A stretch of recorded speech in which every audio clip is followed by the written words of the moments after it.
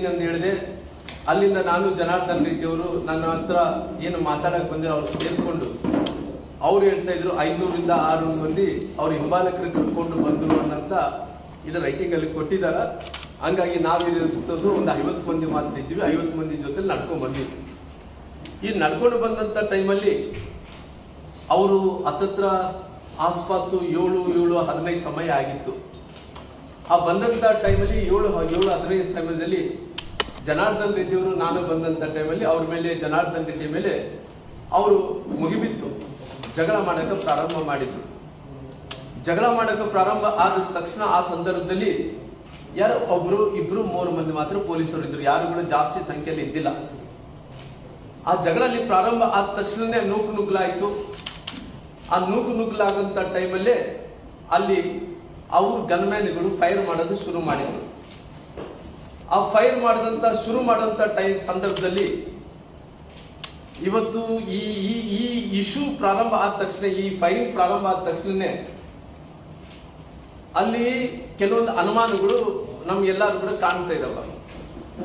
ಅವ್ರು ಉಪಮುಖ್ಯಮಂತ್ರಿಗಳು ಹೇಳಿದ್ರು ಜನಾರ್ದನ್ ರೆಡ್ಡಿ ಅವ್ರಿಗಿನ ಫೈರ್ ಆಗಿದ್ರೆ ಅಲ್ಲಿ ಗೋಲಿ ಬಾರ್ ಅಂದ್ರೆ ಗೋಲಿಗಳು ಏನನ್ನ ಆರಿಸಿದ್ರೆ ಎಲ್ಲೋ ಒಂದು ಕಡೆ ಜನಾರ್ದನ್ ರೆಡ್ಡಿಗೆ ತಾಕಬೇಕಾಯ್ತು, ಇಲ್ಲಿ ಎದೆಗೆ ನನ್ನ ತಾಕಬೇಕಾಯ್ತು, ಇಲ್ಲಿ ಗಾಡಿಗೆ ನನ್ನ ತಾಕಬೇಕಾಯ್ತು, ಮನೆಗೆ ನನ್ನ ತಾಕಬೇಕಾಗಿತ್ತು ಅನ್ನಂತ ಮಾತು ಬಹಳಷ್ಟು ಹೇಳಿದ್ರು. ಹೇಳಿದಂತ ಟೈಮಲ್ಲಿ ಕೂಡ ಸಾಕಷ್ಟು ಗುಂಡುಗಳು ಹಾರಿದ್ರೆ ಕೂಡ ದೇವರ ಆಶೀರ್ವಾದ, ಭಗವಂತನ ಆಶೀರ್ವಾದದಿಂದ ಜನಾರ್ದನ್ ರೆಡ್ಡಿ ಅವರು ಸ್ವಲ್ಪ ಅಂತರದಿಂದ ಮಿಸ್ ಆಗಿದ್ದಾರೆ. ಅವ್ರು ಜನಾರ್ದನ್ ರೆಡ್ಡಿ ಅವರು ಹೇಳಿದಂತ ಸತ್ಯ. ಯಾಕಂದ್ರೆ ಜನಾರ್ದನ್ ರೆಡ್ಡಿ ಅವರು ನನ್ನ ಮೇಲೆ ಗುಂಡು ಹಾರಿದಂತ ಟೈಮಲ್ಲಿ ನನಗೆ ತಾಕಿಲ್ಲ, ಅದು ತಾಕಿರೋದೆಲ್ಲ ಕೂಡ ಗಾಡಿಗೆ ತಾಕಿದೆ, ಬೇರೆ ಕಡೆ ತಾಕಿರೋ ಕಾರಣ ಆ ಗುಂಡುಗಳೆಲ್ಲ ಕೂಡ ತಂದು ನೋಡಿಸಿದೆ ಅಂತೇಳಿ ಇವತ್ತು ಕೂಡ ಸಾಕಷ್ಟು ಗುಂಡುಗಳು ಕೂಡ ಸಿಕ್ಕಿದಾವ. ಇವತ್ತು ಸಿಕ್ಕಂತ ಟೈಮಲ್ಲಿ ಕೂಡ ಅಲ್ಲಿ ಹತ್ತತ್ರ 7 ಗಂಟೆಗೆ ಪ್ರಾರಂಭ ಆದಂತ ಟೈಮಲ್ಲಿ ಅವರು ಪಾಪ SP ಅವರು ಅವತ್ತೇ ಬೆಳಿಗ್ಗೆಯನ್ನು ಜಾಯ್ನ್ ಆಗಿದ್ದಾರೆ. SP ಅವರು ಬೆಳಗ್ಗೆ ಜಾಯ್ನ್ ಆದ ತಕ್ಷಣ ಈ ಪವನ್ ನಿಜೂರವರು ಅವ್ರು ಜಾಯ್ನ್ ಆದ ತಕ್ಷಣ ಅವ್ರಿಗೆ ಸಮಯ 9 ಗಂಟೆಗೆ ಮುಟ್ಟಿದೆ. ಅವ್ರಿಗೆ ಇದು 7 ಗಂಟೆಗೆ ಪ್ರಾರಂಭ ಆದ ತಕ್ಷಣ ಅವ್ರಿಗೆ ಮುಟ್ಟಿರಂತ ಸುದ್ದಿ 9 ಗಂಟೆಗೆ ಮುಟ್ಟಿಸಿದ್ದಾರೆ. 9 ಗಂಟೆಗೆ ಮುಟ್ಟಿಸಿದಂತ ಸಂದರ್ಭದಲ್ಲಿ ಅವ್ರು ಕೂಡ ಹೊಸದಾಗೆ ಬಂದಾರ ಪಾಪ. ಆ ಬಂದಂತ ಟೈಮಲ್ಲಿ 9 ಗಂಟೆಗೆ ಯಾರು ತಿಳಿಸಿದಾರ? ಅವ್ರು ತಿಳಿಸಿದಂತ ವ್ಯಕ್ತಿ ಅಡಿಷನಲ್ SP ಸಾಹೇಬರು ತಿಳಿಸಿದಾರ. ಅಡಿಷನಲ್ SP ಸಾಹೇಬರು ಅವರು ರವಿಕುಮಾರ್ ಅವರು ತಿಳಿಸಿದಾರ. ಅಲ್ಲಿ ತನಕ ಯಾವುದೇ ಮಾಹಿತಿ ಇಲ್ಲ. ಅವ್ರೇನ್ ಮಾಡಿಬಿಟ್ಟಿದ್ರು, ಅಡಿಷನಲ್ SP ಸಾಹೇಬರು ತಿಳಿಸಿದ ತಕ್ಷಣ ಅವ್ರು SP ಸಾಹೇಬರು ಎದ್ದನ ಅನ್ನಂತ ರೀತಿಯಲ್ಲಿ ಗಾಬರದಲ್ಲಿ ಓಡಿ ಬಂದಾರೆ. ಓಡಿ ಬಂದಂತ ಟೈಮಲ್ಲಿ ಆಲ್ರೆಡಿ ಹತ್ತತ್ರ 9 ಗಂಟೆ ಆಗ್ಬಿಟ್ಟಿದೆ. ಅಂದ್ರೆ ನಾನು ಆದಂತ ಘಟನೆ 7 ಗಂಟೆಗೆ ಅವರು ಅಡಿಷನಲ್ SP ಸಾಹೇಬರು SP ಮುಗಿಸಿದ 9 ಗಂಟೆಗೆ, ಅಡಿಷನಲ್ SP ಸಾಹೇಬರು ಮುಗಿಸಿದ ನಂತರ 9 ಗಂಟೆಗೆ ಯಾರು ಬಂದ್ರು? SP ಅವರು ಬಂದ್ರು. SP ಅವ್ರ ಜೊತೆಲಿ ಬಂದಿರೋಂಥದ್ದು IG ಮೇಡಮ್ ಅವರು. IG ಮೇಡಮ್ ಅವರು ಕೂಡ 9 ಗಂಟೆಗೆ ಬಂದ್ರು. ಅವರಿಬ್ರು ಕೂಡ 9 ಆಸ್ಪಾಸಲ್ಲಿ ಬಂದ್ರು. ಅಂದ್ರೆ ಇವತ್ತು ರವಿಕುಮಾರ್ ಅವರು ಎಷ್ಟು ದೂರದಲ್ಲಿದ್ದಾರೆ? ಅವ್ರ ಮನೆ ಎಷ್ಟು ದೂರದಲ್ಲಿದೆ? ರವಿಕುಮಾರ್ ಅವರು ಆದಂತ ಇನ್ಸಿಡೆಂಟ್ ಇಂದ ಅಲ್ಲಿನಿಂದ ಹತ್ತತ್ರ 1 ಕಿಲೋಮೀಟರ್ ಹತ್ತಿರದಲ್ಲಿ ಅವ್ರ ಮನೆ ಇದೆ. ಅವರು ಕೂಡ ಗೊತ್ತಿದ್ರೆ ಕೂಡ, ಅವ್ರು ಕೂಡ ಅಡಿಷನಲ್ SP ರವಿಕುಮಾರ್ ಅವರು ಗೊತ್ತಿದ್ರೆ ಕೂಡ ಅವ್ರು ಕೂಡ ಯಾವ್ದು ಸೀರಿಯಸ್ ಅನ್ನು ತಗೊಳಲ್ಲ. ಅವರು ಪೊಲೀಸರು ಬಂದ ನಂತರ ಅವರು ಗಾಳಿಯಲ್ಲಿ ಏನೋ ಗುಂಡು ಹಾರಿಸ್ತಾರ, ಏನ್ ಸ್ಮೋಕಿಂಗ್ ಗುಂಡು ಏನೋ ಅಂತಾರ ನೋಡ್ರಿ, ಟಿಯರ್ ಗ್ಯಾಸ್ ಅನ್ನು ಆರಿಸಿದಂತ ಟೈಮಲ್ಲಿ ಆ ಟಿಯರ್ ಗ್ಯಾಸ್ ಆರಿಸಿದಂತ ವ್ಯಕ್ತಿ ಯಾರು ರೆಸ್ಪಾನ್ಸಿಬಿಲಿಟಿ ಇರ್ತಾರೆ DR ಗೆ, ಆ DR ಅವರು ಫೋನ್ ಮಾಡ್ತಾರ. ಇದು ಬೇಕಾದ್ರೆ ಮೊಬೈಲ್ ಅಲ್ಲಿ ಚೆಕ್ ಮಾಡ್ಬೋದು. DR ಅವರು ಫೋನ್ ಮಾಡ್ತಾರ, ನಮ್ಮ ಈ ಸಿಚುವೇಶನ್ ನಮ್ಮ ಕೈ ಮೀರ್ತಾ ಇದೆ, ನನ್ ಫೈರ್ ಮಾಡ್ಲಾ ಬೇಡ ಅಂತದ್ದು ರವಿಕುಮಾರ್ ಅವರು ಕೇಳ್ತಾರ. ರವಿಕುಮಾರ್ ಅವರು ಕೂಡ ನೆಗ್ಲಿಜೆನ್ಸ್ ಇಂದ ಇಲ್ಲಿಗಂತೂ ಬರಲ್ಲ. ಅವರು ಬರ್ಲಿದ್ರೆ ಕೂಡ ತಡೀರಿ ಅಂತಾರೆ. ಯಾವತ್ತನಾಗ್ಲಿ ಇವತ್ತು ಅನೇಕ ಲಾ ಅಂಡ್ ಆರ್ಡರ್ ಕೈ ತಪ್ಪಂತ ಸಂದರ್ಭದಲ್ಲಿ ಅದು ಯಾವುದೇನೇ ಆಗ್ಲಿರ್ಬೋದು, ಪೊಲೀಸು ಅಲ್ಲಿದ್ದಂತ ಪರಿಸ್ಥಿತಿಯನ್ನು ಕೈ ತಗೊಳ್ಳಂತ ಕೆಲಸ ಆಗ್ಬೇಕಾಗಿತ್ತು. ಅಕಸ್ಮಿತವಾಗಿ ಅವತ್ತು ಪೊಲೀಸರು ಅಲ್ಲಿ ಟಿಯರ್ ಗ್ಯಾಸ್ ಅನ್ನು ಫೈರ್ ಮಾಡಿ ಅಲ್ಲಿ ಆ ಸಿಚುವೇಶನ್ ಅನ್ನು ಕಂಟ್ರೋಲ್ ತಗೊಂಡಿದ್ರೆ ಇಷ್ಟೊಂದು ದೊಡ್ಡ ಅನಾಹುತ ಆಗ್ತಿದ್ದಿಲ್ಲ ಅನ್ನೋದಕ್ಕೋಸ್ಕರವಾಗಿ ನಾನು ಹೇಳಬೇಕಾಗುತ್ತೆ. ಯಾಕೆ ರವಿಕುಮಾರ್ನೇ ನಾನು ಉಲ್ಲೇಖನ ಮಾಡ್ತಾ ಇದ್ದೀನಿ ಅಂದ್ರೆ, ರವಿಕುಮಾರ್ ಅವ್ರು ಗೊತ್ತಿದ್ರು ಕೂಡ 9 ಗಂಟೆಗೆ ಬಂದು ಈ ಸಿಚುವೇಶನ್ ಅವ್ರು ಮುಂಚೆನೆ ಒಂದು ತಿಳಿಗೊಳಿಸ್ಬೇಕು, ಇದನ್ನ ಸರಿಪಡಿಸ್ಬೇಕು ಅಂತಿದ್ರಿಗಿನ ಅಲ್ಲಿ ಬಂದು ಮುಂಚೆನೆ ಬಂದು ಎಲ್ಲವನ್ನು ಕೂಡ ಸರಿಪಡಿಸಬೇಕಾಗಿತ್ತು. ಸರಿಪಡಿಸ್ಲಿಕ್ಕೆ ಅವ್ರ ಕೈಲಿ ಆಗ್ಲಿಲ್ಲ. ನಾನು ಅದಕ್ಕೋಸ್ಕರವಾಗಿ ಉಪಮುಖ್ಯಮಂತ್ರಿಗಳಾದಂತ ಸನ್ಮಾನ್ಯ ಡಿ.ಕೆ. ಶಿವಕುಮಾರ್ ಸಾಹೇಬ್ರವರಿಗೆ ಅವ್ರ ಪಾಪ 9 ವರ್ಷಗಳ ಕಾಲ ಲೋಕಾಯುಕ್ತದಲ್ಲಿ ಇದ್ರಂತೆ. ಪವನ್ ನಿರ್ಜೂರು 9 ವರ್ಷಗಳ ಕಾಲ ಲೋಕಾಯುಕ್ತದಲ್ಲಿದ್ದಂತ ಟೈಮಲ್ಲಿ ಪಾಪ ಬೆಳಿಗ್ಗೆ ಬರ್ತಾನ, ಮತ್ತೆ ಮರುದಿನನೇ ಅವ್ರಿಗೆ ಸಸ್ಪೆಂಡ್ ಆಗ್ತಾನಂದ್ರಿಗಿನ ಇವತ್ತು ಪವನ್ ನಿಜ್ರೂರವರು ಅವರು ಸಸ್ಪೆಂಡ್ ಆಗೋದಲ್ಲ, ನಿಮ್ಮ ರವಿಕುಮಾರ್ ಸಾಹೇಬರು ಸಸ್ಪೆಂಡ್ ಆಗಬೇಕಾಗಿತ್ತು ಅನ್ನೋದು ಒತ್ತಾಯ ಮಾಡ್ತೀನಿ. ಅವ್ರು ಗೊತ್ತಿದ್ರು ಕೂಡ ಅವ್ರು ಯಾವುದೇ ಕಂಟ್ರೋಲ್ ಅನ್ನು ಮಾಡ್ಲಿಕ್ಕೆ ಆಗ್ಲಿಲ್ಲ. ಯಾಕಂತ ಹೇಳಿದ್ರೆ ರಾಮ್ಲೋರ್ ವಿರುದ್ಧವಾಗಿ ನಾನು ಅನೇಕ ಬೇರೆ ಅಂದ್ರೆ 2008-9ರಲ್ಲಿ ಅವತ್ತಿನ ಸಂದರ್ಭದಲ್ಲಿ ನಾನು ರಾಮ್ಲೋರು ವಿರುದ್ಧವಾಗಿ ಕೆಲಸ ಮಾಡಿದ್ದೀನಿ ಅಂದ್ರೆ ಒಂದೇ ಒಂದು ಕಾರಣಕ್ಕೋಸ್ಕರವಾಗಿ ರವಿಕುಮಾರ್ ಸಾಹೇಬ್ ನನಗೆ ಕೂಡ ಅವ್ರ ಮೇಲೆ ಗೌರವ ಇದೆ. ಆದ್ರೆ ಅವ್ರ ಕಾನೂನನ್ನು ಲ್ಯಾಪ್ಸ್ ಆಗಿದೆ ಅನ್ನೋ ವಿಚಾರವನ್ನು ಕೂಡ ಉಲ್ಲೇಖನ ಮಾಡ್ತಾರೆ, ಬೇರೆ ಉದ್ದೇಶ ಏನಿಲ್ಲ. ಅಂದ್ರೆ ರವಿಕುಮಾರ್ ಅವರು ನಮ್ಮನ್ನ ವಿರುದ್ಧವಾಗಿ ಅವತ್ತಿನ ಸಂದರ್ಭದಲ್ಲಿ ನಡ್ಕೊಂಡಾರ ಅನ್ನೋಂತ ಕಾರಣದಿಂದ ಅವ್ರನ್ನ ಮತ್ತೆ ಪುನಃ ಇಲ್ಲಿ ಹಾಕೊಂಡು ಈ ಲಾ ಅಂಡ್ ಆರ್ಡರ್ ನ ವ್ಯವಸ್ಥೆನ ಕೆಡಿಸುವಂತ ಪ್ರಯತ್ನ ಇವತ್ತು ಪವನ್ ನಿಜ್ರೂರ್ ಅವ್ರು ಮಾಡಿಲ್ಲ. ಆದ್ರೆ ಅವ್ರು ಮಾಡಿರೋದಂತ ಎಲ್ಲ ಕೂಡ ರವಿಕುಮಾರ್ ಸಾಹೇಬ್ರು ಅನ್ನಂತ ಮಾತನ್ನು ಹೇಳ್ತೀನಿ. ನಾನು ರವಿಕುಮಾರ್ ಅವ್ರನ್ನ 9 ಗಂಟೆಗೆ ಬಂದ ನಂತರ ಅವ್ರು ಮಾಡಿ ನೀವೇನ್ ಮಾಡ್ತೀರಾ ಮಾಡಬೇಡ, ನಾನಂತ ಆಂಟಿಸಿಪೇಟ್ ಮಾಡ್ತೇವೆ, ಕಾನೂನು ಅದರದೇ ಆದಂತ ಕ್ರಮ ತಗೊಂಡ್ರಿ ಅನ್ನಂತ ಮಾತನ್ನು ಹೇಳಿದೆ. ಹೇಳಿದ ತಕ್ಷಣ ರವಿಕುಮಾರ್ ಹಂತವಾಗಿ ಎಲ್ಲವನ್ನು ತಗೊಂಡ್ಬರಂತ ಕೆಲಸ, ಆ ಪೆಟ್ರೋಲ್ ತುಂಬಿಕೊಂಡಿರೋದು, ಬಾಂಬ್ಗಳು ತಯಾರು ಮಾಡಿರೋದಂತದ್ದು ಎಲ್ಲ ಕೂಡ ವಿಡಿಯೋ ಇದಾವ. ಆದ್ರೆ ನಾನು ಮುಗಿಸ್ತೇನೆ. ಆಕಸ್ಮಿಕವಾಗಿ ಅಲ್ಲಿ ಬಾಂಬ್ಗಳು ತಯಾರಾದ ತಕ್ಷಣ ಅವಾಗ ಎಲ್ಲ ಬಾಂಬ್ಗಳು ತಗೊಂಡ್ಬರಂತೂ ಕೂಡ 2:30ರಿಂದ ಪ್ರಾರಂಭ ಮಾಡಿದಾರ. 2:30ರಿಂದ ಪ್ರಾರಂಭ ಮಾಡಿದ ತಕ್ಷಣ ಹಿಂಗೆಲ್ಲ ಘಟನೆಗಳಾದ ನಂತರ ಪುನಃ MLA ಅವರು ಈ ಸಿಚುವೇಶನ್ ಅನ್ನು ಏನು ಅವರು ಇದನ್ನ ದೊಡ್ಡದು ಮಾಡಬೇಕು ಅನ್ನೋ ಕಾರಣದಿಂದ ಅವ್ರು ಎಲ್ಲಿ ಬರ್ತಾರ, SP ಸರ್ಕಲ್ ಬರ್ತಾರ, ದುರ್ಗಂಗುಡಿ ಬರ್ತಾರ. ಬಂದಂತ ಟೈಮಲ್ಲಿ ಫಿಲಿಂ ಸ್ಟೈಲ್ ಅಲ್ಲಿ ಬರ್ತಾನ. ಫಿಲಿಂ ಸ್ಟೈಲ್ ಅಲ್ಲಿ ಬಂದು ಏನಾಗುತ್ತೆ ನೋಡೋಣ ಅಂತಾನ. ಒಂದ್ ಕಡೆ ರವಿಕುಮಾರ್ ಹೇಳ್ತಾರ, ಇಲ್ಲರಿ ನಾನು ತಪ್ಪಿಸ್ಕೊಂಡೋಗಿ ಹೋಗ್ಬಿಡಿದ್ರಿ. ಯಾಕೆ ಹೋಗ್ಬಿಡಿದ್ರು ಹೋಗಿ ಅಂತ ಹೇಳ್ತಾನ ರವಿಕುಮಾರ್. ಇಲ್ಲರಿ ನಾನು ಯಾರೋ ಒಂದು ಇನ್ಸಿಡೆಂಟ್ ಆಗಿತ್ತು, ಅದಕ್ಕೋಸ್ಕರ ನಾನು ಹೋಗ್ಬಿಡಿದಲ್ಲಿ ಹೋಗ್ತೀನಿ. ಅವ್ರ ಉದ್ದೇಶ ಏನಂದ್ರೆ ನಾನು ಹೋಗ್ತೀನಿ, ನೀವು ಮುಗಿಸ್ಬಿಟ್ರಿ ಅಂತ ಹೇಳಿ. ಅವರೆಲ್ಲ ಕೂಡ ಪ್ಲಾನ್ ಹೋಗ್ಬಿಡಿ ಹತ್ರ ನಾನು ಹೋದಂಗ ತಪ್ಪಿಸ್ಕೊಂಡಂಗ ಮಾಡ್ತೀನಿ. ಅವ್ರು ನೀವೇನೇನು ಇದ್ರಿಗಿನ ಬೇಕಾದ್ರೆ SP ಗೆ ಕೊಡ್ಲಿಕ್ಕೆ ಕಟ್ಟಾನ. ಅದು SP ಗೆ ಏನು ಗೊತ್ತಿಲ್ಲ, ಪಾಪ ಅಮಾಯಕಿದ್ದಾನ. ಅವತ್ತೇ ಬಹಳ ವರ್ಷಗಳ ಕಾಲ ಡ್ಯೂಟಿಗೆ ಬಂದಾನ. ಇವತ್ತು ಯಾರೊಬ್ರು ಇದರಲ್ಲಿ ನಾವು ಈ ಇನ್ಸಿಡೆಂಟ್ ಅಲ್ಲಿ ತಪ್ಪಿಸ್ಕೋಬೇಕಂದ್ರೆ ಇದು ದೊಡ್ಡ ಅನಾಹುತ ಕಾಣ್ತಾ ಇದೆ. ನಾನು ಒಬ್ಬರಿಗೆ ಹೋಗ್ತೀನಿ, ನೀವೆಲ್ಲ ಕೂಡ ಭರತ್ ರೆಡ್ಡಿ ಅವ್ರ ಜೊತೆ ಬಂದು ನೀವೆಲ್ಲರೂ ಕೂಡ ಜನಾರ್ದನ್ ರೆಡ್ಡಿ ಅವ್ರನ್ನ ಮುಗಿಸ್ಬಿಟ್ರಿ, ಜನಾರ್ದನ್ ರೆಡ್ಡಿ ಮನೆ ಮುಗಿಸ್ಬಿಟ್ರಿ ಅನ್ನಂತ ಒಂದು ಷಡ್ಯಂತ್ರವನ್ನು ಮಾಡಿ ಒಂದು ದೊಡ್ಡ ಪ್ಲಾನ್ ಅನ್ನು ಈ ರೀತಿ ಆಗಿದೆ, ನಮ್ಮಿಂದನೇ ಆಗಿದೆ ಅನ್ನೋ ಆರೋಪ ಮಾಡಿ ನಿಮ್ಗೆ ಬಂದು ಇನ್ನದ್ರಲ್ಲಿ ನೇರವಾಗಿ ಆಯ್ಕೊಂಡು ಮಾತಾಡಿದ್ದು IGP ಅಲ್ಲ. ನನಗೆ ಜನಾರ್ದನ್ ರೆಡ್ಡಿ ಹೇಳ್ತಾರೆ, ನನಗೆ ಅಕಸ್ಮಿತವಾಗಿ ಯಾವ್ದನ್ನ ಒಂದು ಡೆತ್ ಆಗಿದೆ ಅಂತ ಹೇಳಿದ್ರೆ, ಇನ್ಸಿಡೆಂಟ್ ಆಗಿದೆ ಅಂತ ನನ್ನ ಮೇಲೆ ಮರ್ಡರ್ ಕೇಸ್ ಫಿಕ್ಸ್ ಮಾಡಿದ್ರು. ನನ್ನ ಮೇಲೆ ಜನಾರ್ದನ್ 302 ಫಿಕ್ಸ್ ಮಾಡಿದ್ರು. ಅಲ್ಲಿ ವಿತೌಟ್ ಎನ್ಕ್ವೈರಿ ಎಲ್ಲ ಇತಿಹಾಸದಲ್ಲಿ 302 ಫಿಕ್ಸ್ ಮಾಡಿರೋಂತ ಉದಾಹರಣೆಗಳು ಇದೆ ಸರ್. ಈ ಗಲಭೆಗಳಾದಂತ ಟೈಮಲ್ಲಿ 302 ನನ್ನ ಮೇಲೆ ಇವತ್ತಿಗೆ ನನ್ನ ಮನೆ ಮರ್ಡರ್ ಕೇಸ್ ಇದೆ. ಈ 302 ಕೇಸ್ ಆದ ತಕ್ಷಣ ಇವತ್ತು IG ಮೇಡಮ್ ಬಂದ್ರು. IG ಮೇಡಮ್ ಅವರಲ್ಲಿ ಅವ್ರು ಸೀನಿಯರ್ ಮೋಸ್ಟ್ ಆಫೀಸರ್ ಇದ್ದಾರೆ, ಎಂಕ್ವೈರಿ ಮಾಡ್ಬೇಕಂದ್ರೆ ರಾಮ್ಲೂರ್ ಈ ತರ ಬ್ಯಾಕ್ ಗ್ರೌಂಡ್ ಇದ್ದಂತ ಮನುಷ್ಯ ಇದ್ದಾನ, ಜನಾರ್ದನ್ ರೆಡ್ಡಿ ಇದ್ದಾರೆ ಬ್ಯಾಕ್ ಗ್ರೌಂಡ್ ಇದ್ದಂತ ಮನುಷ್ಯ ಇದ್ದಾನೆ, ಏನಿಲ್ಲ. ಅವ್ರ ಹತ್ರ ಆಕ್ಷನ್ಗಳು ತಗೊಂಡಿಲ್ಲ. ನಾನು ಒಂದು ವಿಡಿಯೋ ನೋಡ್ತಿದ್ದೆ ಜನಾರ್ದನ್ ರೆಡ್ಡಿ ಸರ್. ಆ ಹೆಣ್ಮಕ್ಳು ಭರತ್ ರೆಡ್ಡಿ ಅವ್ರ ಹತ್ರ MLA ಹತ್ರ ಹೋಗಿ ಮಾತಾಡ್ತಾರ, ಯಾರ ಹತ್ರ ಹೋಗಿ ಮಾತಾಡಿದ ನಂತರ ಯಾವ್ಯಾವ ಕೇಸ್ ಹಾಕ್ಬೇಕಂತೇಳಿ IG ಮೇಡಮ್ ಹೇಳ್ತಾರೆ. ನಮ್ಮ ಪರಿಸ್ಥಿತಿ ಅಂತ IG ಮೇಡಮ್ ಕೇಳ್ತಾಳ್ರಿ, SP ನೇತೃತ್ವ ಮಾಡಿಲ್ಲ ಅಂದ್ರೆ IG ಅಧಿಕಾರಿ ಇದೆ. IG ಆಗಿ ಗಂಟೆಗೆ ನಮ್ಮ ಮನೆ ಮುಂದೆನೆ IG ಮಾತಾಡ್ತಾ ಬರೆದು ಬಂದು ಬಾಟಲ್ಸ್ ಎಲ್ಲ ಮನೆ ಮೇಲೆ ಹೊಡಿತಾ ಇದ್ದಾರೆ, ಫೈರ್ ಮಾಡ್ತಾ ಇದ್ದಾರೆ. IG ಯಾಕಂದ್ರೆ ನಾನು ಇಷ್ಟೊಂದು ಈ ಗಲಭೆ ಆಗಂತ ಟೈಮಲ್ಲಿ IG ಮೇಡಮ್ ನನ್ನ ಮೇಲೆ ವಿತೌಟ್ ಎನಿ ಸುಮ್ನೆ ಅವ್ರನ್ನ ಸರ್ಕಾರನ ಸ್ಯಾಟಿಸ್ಫ್ಯಾಕ್ಷನ್ ಮಾಡಬೇಕಂತ ಅವ್ರನ್ನ ರಾಮ್ಲೂರ್ನ ಎದುರಿಸಬೇಕು, ಜನಾರ್ದನ್ ರೆಡ್ಡಿ ಎದುರಿಸಬೇಕಂತೇಳಿ ನಮ್ಮೇಲೆ ಒತ್ತಡ ತಂದು ನೀವು ನಮ್ಮೇಲೆ 302 ಕೇಸ್ ಆಗಿದೆ. ನಾನು ಅಕಸ್ಮಿತವಾಗಿ ನಾನು ಏನನ್ನ ಆ ತರ ಬ್ಯಾಕ್ಗ್ರೌಂಡ್ ಇಂದ ಬಂದು ಆ ತರ ಇನ್ಸಿಡೆಂಟ್ ಆಗಿದ್ರೆ ನನ್ನ ಜೀವಂತವಾಗಿ ತಾವು ಬಿಡ್ತಿದ್ರ, ಒತ್ತು ನನ್ನ ಕುಟುಂಬವನ್ನು ಎಳ್ಕೊಂಡೋಗಿ ನೀವೆಲ್ಲರೂ ಕೂಡ ಜೈಲಲ್ಲಿ ಹಾಕ್ತಿದ್ರಿ.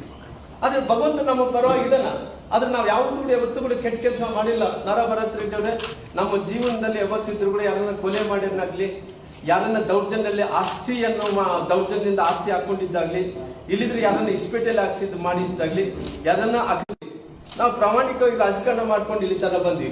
ನಾನು ಉಪಮುಖ್ಯಮಂತ್ರಿಗಳು ಸಾಬ್ರು ಅವರು ಪವನ್ ನಿಜ್ರೂರ್ SP ಅವ್ರು ಏನಿದ್ರು, ಅವರು SP ಸಾಹೇಬರಿಗಿಂತ ಮುಂಚೆ ನಾನೇ DK ಶಿವಕುಮಾರ್ ಸಾಹೇಬರಿಗೆ ಫೋನ್ ಮಾಡಿದ್ದೇನೆ. ಸಾಹೇಬರುಗಳು ಅವರು ಕೂಡ ಹೇಳಿದಾರ, ರಾಮ್ನವರು ಫೋನ್ ಮಾಡಿದ್ರು ಅಂತೇಳಿ. ನಾನೇ ಫೋನ್ ಮಾಡಿದ್ದೇನೆ. ಸರ್, ನಮ್ಮ ಕೈಯಲ್ಲಂತೂ ಇದು ಜಗಳ ನಮ್ಮ ಶಕ್ತಿ ಮೀರ್ತಾ ಇದೆ. ಅಂದ್ರೆ ಯಾರು ಇವತ್ತು ಫೋನ್ ಮಾಡ್ತಾರೆ ಹೇಳ್ರಿ, ನಿಸಾಯ್ಕರೇ ಮಾಡ್ತಾರಲ್ಲ, ಶಕ್ತಿ ಇಲ್ಲಾರ್ದಂತವ್ರೆ ಮಾಡ್ತಾರಲ್ಲ. ನಮ್ಗೆ ಶಕ್ತಿ ಇಲ್ಲ ಅನ್ನೋ ಕಾರಣದಿಂದ ಅವ್ರು ಒಪ್ಕೊಂಡಿದ್ದಾರೆ. ಉಪಮುಖ್ಯಮಂತ್ರಿಗಳು ಸಾಹೇಬರು ಒಪ್ಕೊಂಡಿದ್ದಾರೆ. ಅವ್ರು ದೊಡ್ಡ ಮನಸ್ಸು, ನಾನು ಇಲ್ಲ ಅನ್ನಕ್ ಹೋಗಲ್ಲ. ಅವ್ರು ದೊಡ್ಡ ಮನಸ್ಸಿರೋ ಕಾರಣ ನಾನೇ, ಯಾಕಂದ್ರೆ ನನಗೆ ರಾಜಕಾರಣ ಹೊರತುಪಡಿಸಿ, ನಂತರ ಪಕ್ಷ ಹೊರತುಪಡಿಸಿ ಅವ್ರ ಸ್ನೇಹಿತರಾಗಿರೋ ಕಾರಣ ಅವ್ರಿಗೆ ನಾನೇ ಫೋನ್ ಮಾಡಿರ. ಸರ್, ಕಲ್ಲು ತೂರಾಟ ಆಗ್ತಾ ಇದಾವ, ಯಾರು ಸತ್ತಾರಂತೆ, ಗೋಲಿಬಾರ್ ಆಗ್ತಾ ಇದಾವ, ನಮ್ಮ ಕೈಲಂತೂ ನಮ್ಗೆ ಆಗ್ತಾ ಇಲ್ಲ, ದಯವಿಟ್ಟು ನಮ್ಮ ರಕ್ಷಣೆ ಮಾಡಿ ಅಂತೇಳಿ ನಾನು ಉಪಮುಖ್ಯಮಂತ್ರಿಗಳು ಮಾಡಿದ್ದಂತೂ ಸಹಜ. ನಾನು ಮುಖ್ಯಮಂತ್ರಿಗಳ ಸಾಹೇಬರು ಕೂಡ ನಾನು ಪ್ರಯತ್ನ ಮಾಡ್ತೇನೆ, ಗೃಹ ಮಂತ್ರಿಗಳಿಗೆ ಪ್ರಯತ್ನ ಮಾಡಿದೆ. ನಾನು ಅನೇಕ ಮಂದಿ ಸಚಿವ ಸಂಪುಟದಲ್ಲಿದ್ದಂತ ಸಂತೋಷ್ ಲಾಡ್ ಅವರು ಕೂಡ ನನ್ನ ಹತ್ರ ಮಾತಾಡಿದ್ರು. ಎಲ್ಲರೂ ಕೂಡ ನನ್ನ ಹತ್ರ ಮಾತಾಡಿ, ರಾಮ್ಲು ದಯವಿಟ್ಟು ನೀನು ಹೊರಗಡೆ ಹೋಗಬೇಡ ಅಂತ ಹೇಳಿದ್ರು. ನಾನು ಇಲ್ಲಿ ಕೂಡ ಹೊರಗಡೆ ಹೋಗ್ತಾನೆ ಸರ್, ನಾನು ಇದೀನಿ. ಆದ್ರೆ ನನ್ನ ಶಕ್ತಿ ಏನಿದೆನೋ ಆ ಶಕ್ತಿ ನನಗೆ ಅಷ್ಟೊಂದು ಸಾಲ್ತಾ ಇಲ್ಲ. ದಯವಿಟ್ಟು ನೀವು ನನ್ನ ರಕ್ಷಣೆ ಮಾತಾಡಿದ್ರು. SP ಅವರು ಮಾತಾಡಿದಂತ ಟೈಮಲ್ಲಿ SP ಅವರು ಮಾತಾಡಂತ ಸ್ಥಿತಿಯಲ್ಲಿ ಇದ್ದಿಲ್ಲ ಅನ್ನಂತ ಮಾತು ಉಪಮುಖ್ಯಮಂತ್ರಿಗಳಂತ DK ಶಿವಕುಮಾರ್ ಸಾಹೇಬರು ಅವತ್ತು ಬೆಂಗಳೂರಿನಿಂದ ಕೂಡ ಹೇಳಿಕೆಯನ್ನು ಕೊಟ್ಟಿರೋ ಕಾರಣ ಅದಕ್ಕೋಸ್ಕರವಾಗಿ ಅಮಾನತು ಮಾಡಿದ್ರೆ ಅಂದ್ರೆ. ಅಂದ್ರೆ ನಾನು ಅಮಾನತು ಮಾಡಿದ ನಂತರ ಅಮಾನತು ಮಾಡಿದ ನಂತರ ಕೇವಲ ಅವರೊಬ್ಬರೇನೆ ಕಾಣುತ್ತ ಅವ್ರು ಅಡಗಿದ್ರೆ ಉಪಮುಖ್ಯಮಂತ್ರಿಗಳು ಇದು ನಮ್ಮ ಏನಂದ್ರೆ ಅಡಿಷನಲ್ SP ಅವ್ರನ್ನ ರವಿಕುಮಾರ್ ಅವ್ರು ಇಷ್ಟೊಂದು ದೊಡ್ಡ ಅವರು ಈ ಎಪಿಸೋಡ್ ಅಲ್ಲಿ ಈ ಪ್ಲಾನಿಂಗ್ ಅಲ್ಲಿ ಅವ್ರು ಕೈವಾಡ ಇದ್ರೆ ಕೂಡ ಅವ್ರನ್ನ ಯಾಕೆ ಮಾಡಿಲ್ಲ ಅನ್ನೋದು ಕೂಡ ನಾನು ಕೇಳಬೇಕಾಗುತ್ತೆ. ಆದ್ರೆ ಇದೆಲ್ಲ ಕೂಡ ನೋಡಿದಂತ ಟೈಮಲ್ಲಿ ಇವತ್ತು ನಾನು ಬಹಳಷ್ಟು ನೋಡಿದಂತ ಟೈಮಲ್ಲಿ ಅವರು ಸಸ್ಪೆಂಡ್ ಆದ ತಕ್ಷಣನೇ ಅವ್ರು ಅಮಾನತುಗೊಳಿಸಿದ ನಂತರ ಅವ್ರು ಎಲ್ಲೋ ಒಂದು ಕಡೆ ಒಂದು ಮಾಧ್ಯಮಗಳು, ನಾನು ಈ ತರ ಯೂಟ್ಯೂಬ್ ಚಾನಲ್ ಒಂದು ಹಾಕೊಂಡಿದ್ದೆ, ಅದರಲ್ಲಿ ನಾನು ಮಾತಾಡ್ತಾ ಇದ್ರೆ ಏನಂತ ಹೇಳಿದ್ರೆ, ಈ ತರ ಬಂದಂತ ಸುದ್ದಿ ಏನಪ್ಪ ಅಂದ್ರೆ ಪವನ್ ನಿಜ್ರೂರವರು ಅವ್ರು ಆತ್ಮಹತ್ಯೆ ಮಾಡ್ಕೊಂಡಿದ್ದಾರೆ ಅಂತ. ಇದು ಮೈಕಲ್ ಯಾರು ಕೇಳಿಸಿರ್ಬೋದು.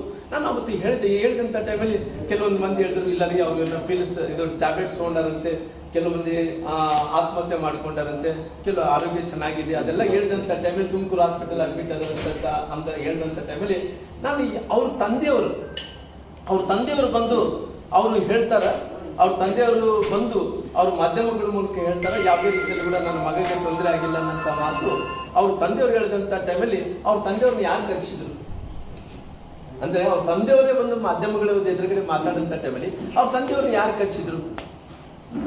ಅವ್ರ ತಂದೆಯವರು ಕರೆಸಿರುವಂತ ಉದ್ದೇಶ ಏನು? ಅವ್ರು ಇದ್ದಾರ, ಸತ್ತಾರ, ಆತ್ಮಹತ್ಯೆಯನ್ನು ಮಾಡ್ಕೊಂಡಿದಾರ? ಅವರೇ ಬಂದು ಹೇಳ್ಬೇಕಾಗಿ ಅವ್ರೇನಾದ್ರೂ ಸೀರಿಯಸ್ ಇದಾರ? ಅಲ್ಲ, ಪವನ್ ನಿಜ್ಜೋದಿ ಬಂದು ಮೀಡಿಯಾದಲ್ಲಿ ಹೇಳ್ಬೇಕಿತ್ತಲ್ಲ, ಮಾಡ್ಕೊಂಡಿಲ್ಲ ಅಂತ ಹೇಳ್ಬೇಕಾಗಿತ್ತಲ್ಲ. ಅವ್ರ ತಂದೆ ಹೇಳೋ ಅವಶ್ಯಕತೆ, ಅವ್ರ ತಂದೆಯವರು ಹೇಳಿದಂತ ಅವಶ್ಯಕತೆ ಇಲ್ಲ. ಯಾರು ಅವ್ರ ತಂದೆಯವರು ಕರೆಸಿದ್ದಾರೆ? ಅವ್ರ ತಂದೆಯವರು ಮಾಧ್ಯಮಗಳ ಹತ್ರ ಬಂದು ಅವ್ರು ಇಲ್ಲಿ ತನಕ ಇದೆ. ಆ ಪವನ್ ನಿಜ್ಜೂರು ಸಾಹೇಬ್ ಏನಾಗಿದ್ದಾರೆ ಅಂತ ಗೊತ್ತಿಲ್ಲ. ಅವ್ರು ಇಲ್ಲಿ ತನಕ ಇದೆ, ಮಾಧ್ಯಮಗಳಲ್ಲಿ ಅವ್ರ ಆರೋಗ್ಯ ಸ್ಥಿತಿ ಏನಿದೆ ಅಂತ ಯಾರಿಗೆ ಗೊತ್ತಿಲ್ಲ. ನಾನು ಇವೆಲ್ಲ ನೋಡಿದಂತ ಟೈಮಲ್ಲಿ ಕಾಂಗ್ರೆಸ್ಸಿನ ಸರ್ಕಾರದ ಆಡಳಿತದಲ್ಲಿ, ಕಾಂಗ್ರೆಸ್ನ ಇತಿಹಾಸವನ್ನು ನೋಡಿದಂತ ಟೈಮಲ್ಲಿ ಕೂಡ 7 ವರ್ಷಗಳ ಕಾಲ ಇವತ್ತು ಸರ್ಕಾರ ನಡೀತಾ ಇದೆ. ಈ ಸರ್ಕಾರದಲ್ಲಿ ಇವತ್ತು ನೋಡಿದಂತ ಟೈಮಲ್ಲಿ ಇದೊಂದು ಕೊಲೆಗಡಕ ಸರ್ಕಾರ ಅಂತ ಹೇಳ್ತೀನಿ. ಸರ್ಕಾರಕ್ಕೆ ನಾನು ಯಾಕೆ ರಾಮದವ್ರೆ ಕೊಲೆಗಡಕ ಸರ್ಕಾರ ಅಂತ ತಿಳ್ಕೊಂಡ್ರಿ. ನಾವು 7 ವರ್ಷಗಳ ಕಾಲ ನಾವು ನೋಡಿದಂತ ಟೈಮಲ್ಲಿ ನಾವು ಹಿಂದೆ ಗಣಪತಿ ಹೆಗಡೆ ಅವರು ಕೂಡ ಇದೇ ರೀತಿಯಲ್ಲಿ ಕೂಡ ಸರ್ಕಾರದಲ್ಲಿ ಇದ್ದಂತ ಕೆಲವು ಮಂತ್ರಿಗಳು ತೊಂದರೆ ಮಾಡಿದಾರ, ನನಗೆ ಕಿತ್ಕೊಂಡು ಕೊಡ್ತಾ ಇದಾರ, ನನಗೆ ನೋವನ್ನು ಕೊಡ್ತಾ ಇದ್ದಲ್ಲಿ ಗಣಪತಿ ಹೆಗಡೆ ಅವರು ಹಿಂದೆ ಆತ್ಮಹತ್ಯೆಗಳನ್ನು ಮಾಡಿಕೊಂಡ್ರು. ಅದೇ ರೀತಿಯಲ್ಲಿ ನಾವು ನೋಡಿದಂತ ಟೈಮಲ್ಲಿ ಒಬ್ಬ IAS ಅಧಿಕಾರಿ, IAS IPS ರವಿಕುಮಾರ್ ಅವರು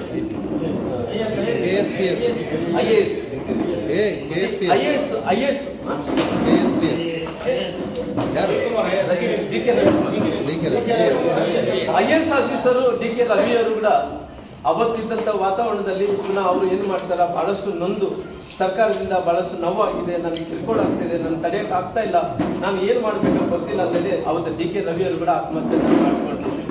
ಅದೇ ರೀತಿಯಲ್ಲಿ ಮೊನ್ನೆ ನಡೆದಂತ ಮಹರ್ಷಿ ವಾಲ್ಮೀಕಿ ಅಭಿವೃದ್ಧಿ ನಿಗಮದಲ್ಲಿ ಚಂದ್ರಶೇಖರ್ ಅನ್ನಂತ ಒಬ್ಬ ಅಧಿಕಾರಿ ಕೂಡ ಆತ್ಮಹತ್ಯೆಯನ್ನು ಮಾಡಿಕೊಂಡು ಇವೆಲ್ಲ ನೋಡಿದಂತ ಟೈಮಲ್ಲಿ ಈ ಸರ್ಕಾರ ಕೊಲೆಗಡಿತ ಸರ್ಕಾರ ಅನ್ಬೇಕಾ ಅನ್ಬಾರ್ದು ಅನ್ನೋ ಜನ ತೀರ್ಮಾನವನ್ನು ತಗೋಬೇಕಾಗುತ್ತೆ. ಅದಕ್ಕೋಸ್ಕರವಾಗಿ ಇವತ್ತು ಸಾಮಾನ್ಯ ಎಲ್ಲಿ ನಮ್ಮ ಪವನ್ ನಿಜ್ರೂರ್ ಇದಾರೋ SP ಸಾಹೇಬರು, ಅವರು ಇದಾರೋ ಇಲ್ಲನೋ, ಏನಾಗಿದ್ದಾರೋ, ಎಂತ ಅವ್ರ ಆರೋಗ್ಯ ಸ್ಥಿತಿ ಏನಿದೆ, ಎಲ್ಲಿದೆ ಅನ್ನೋಂಥದ್ದು ಅವರು ಏನು ಇವತ್ತು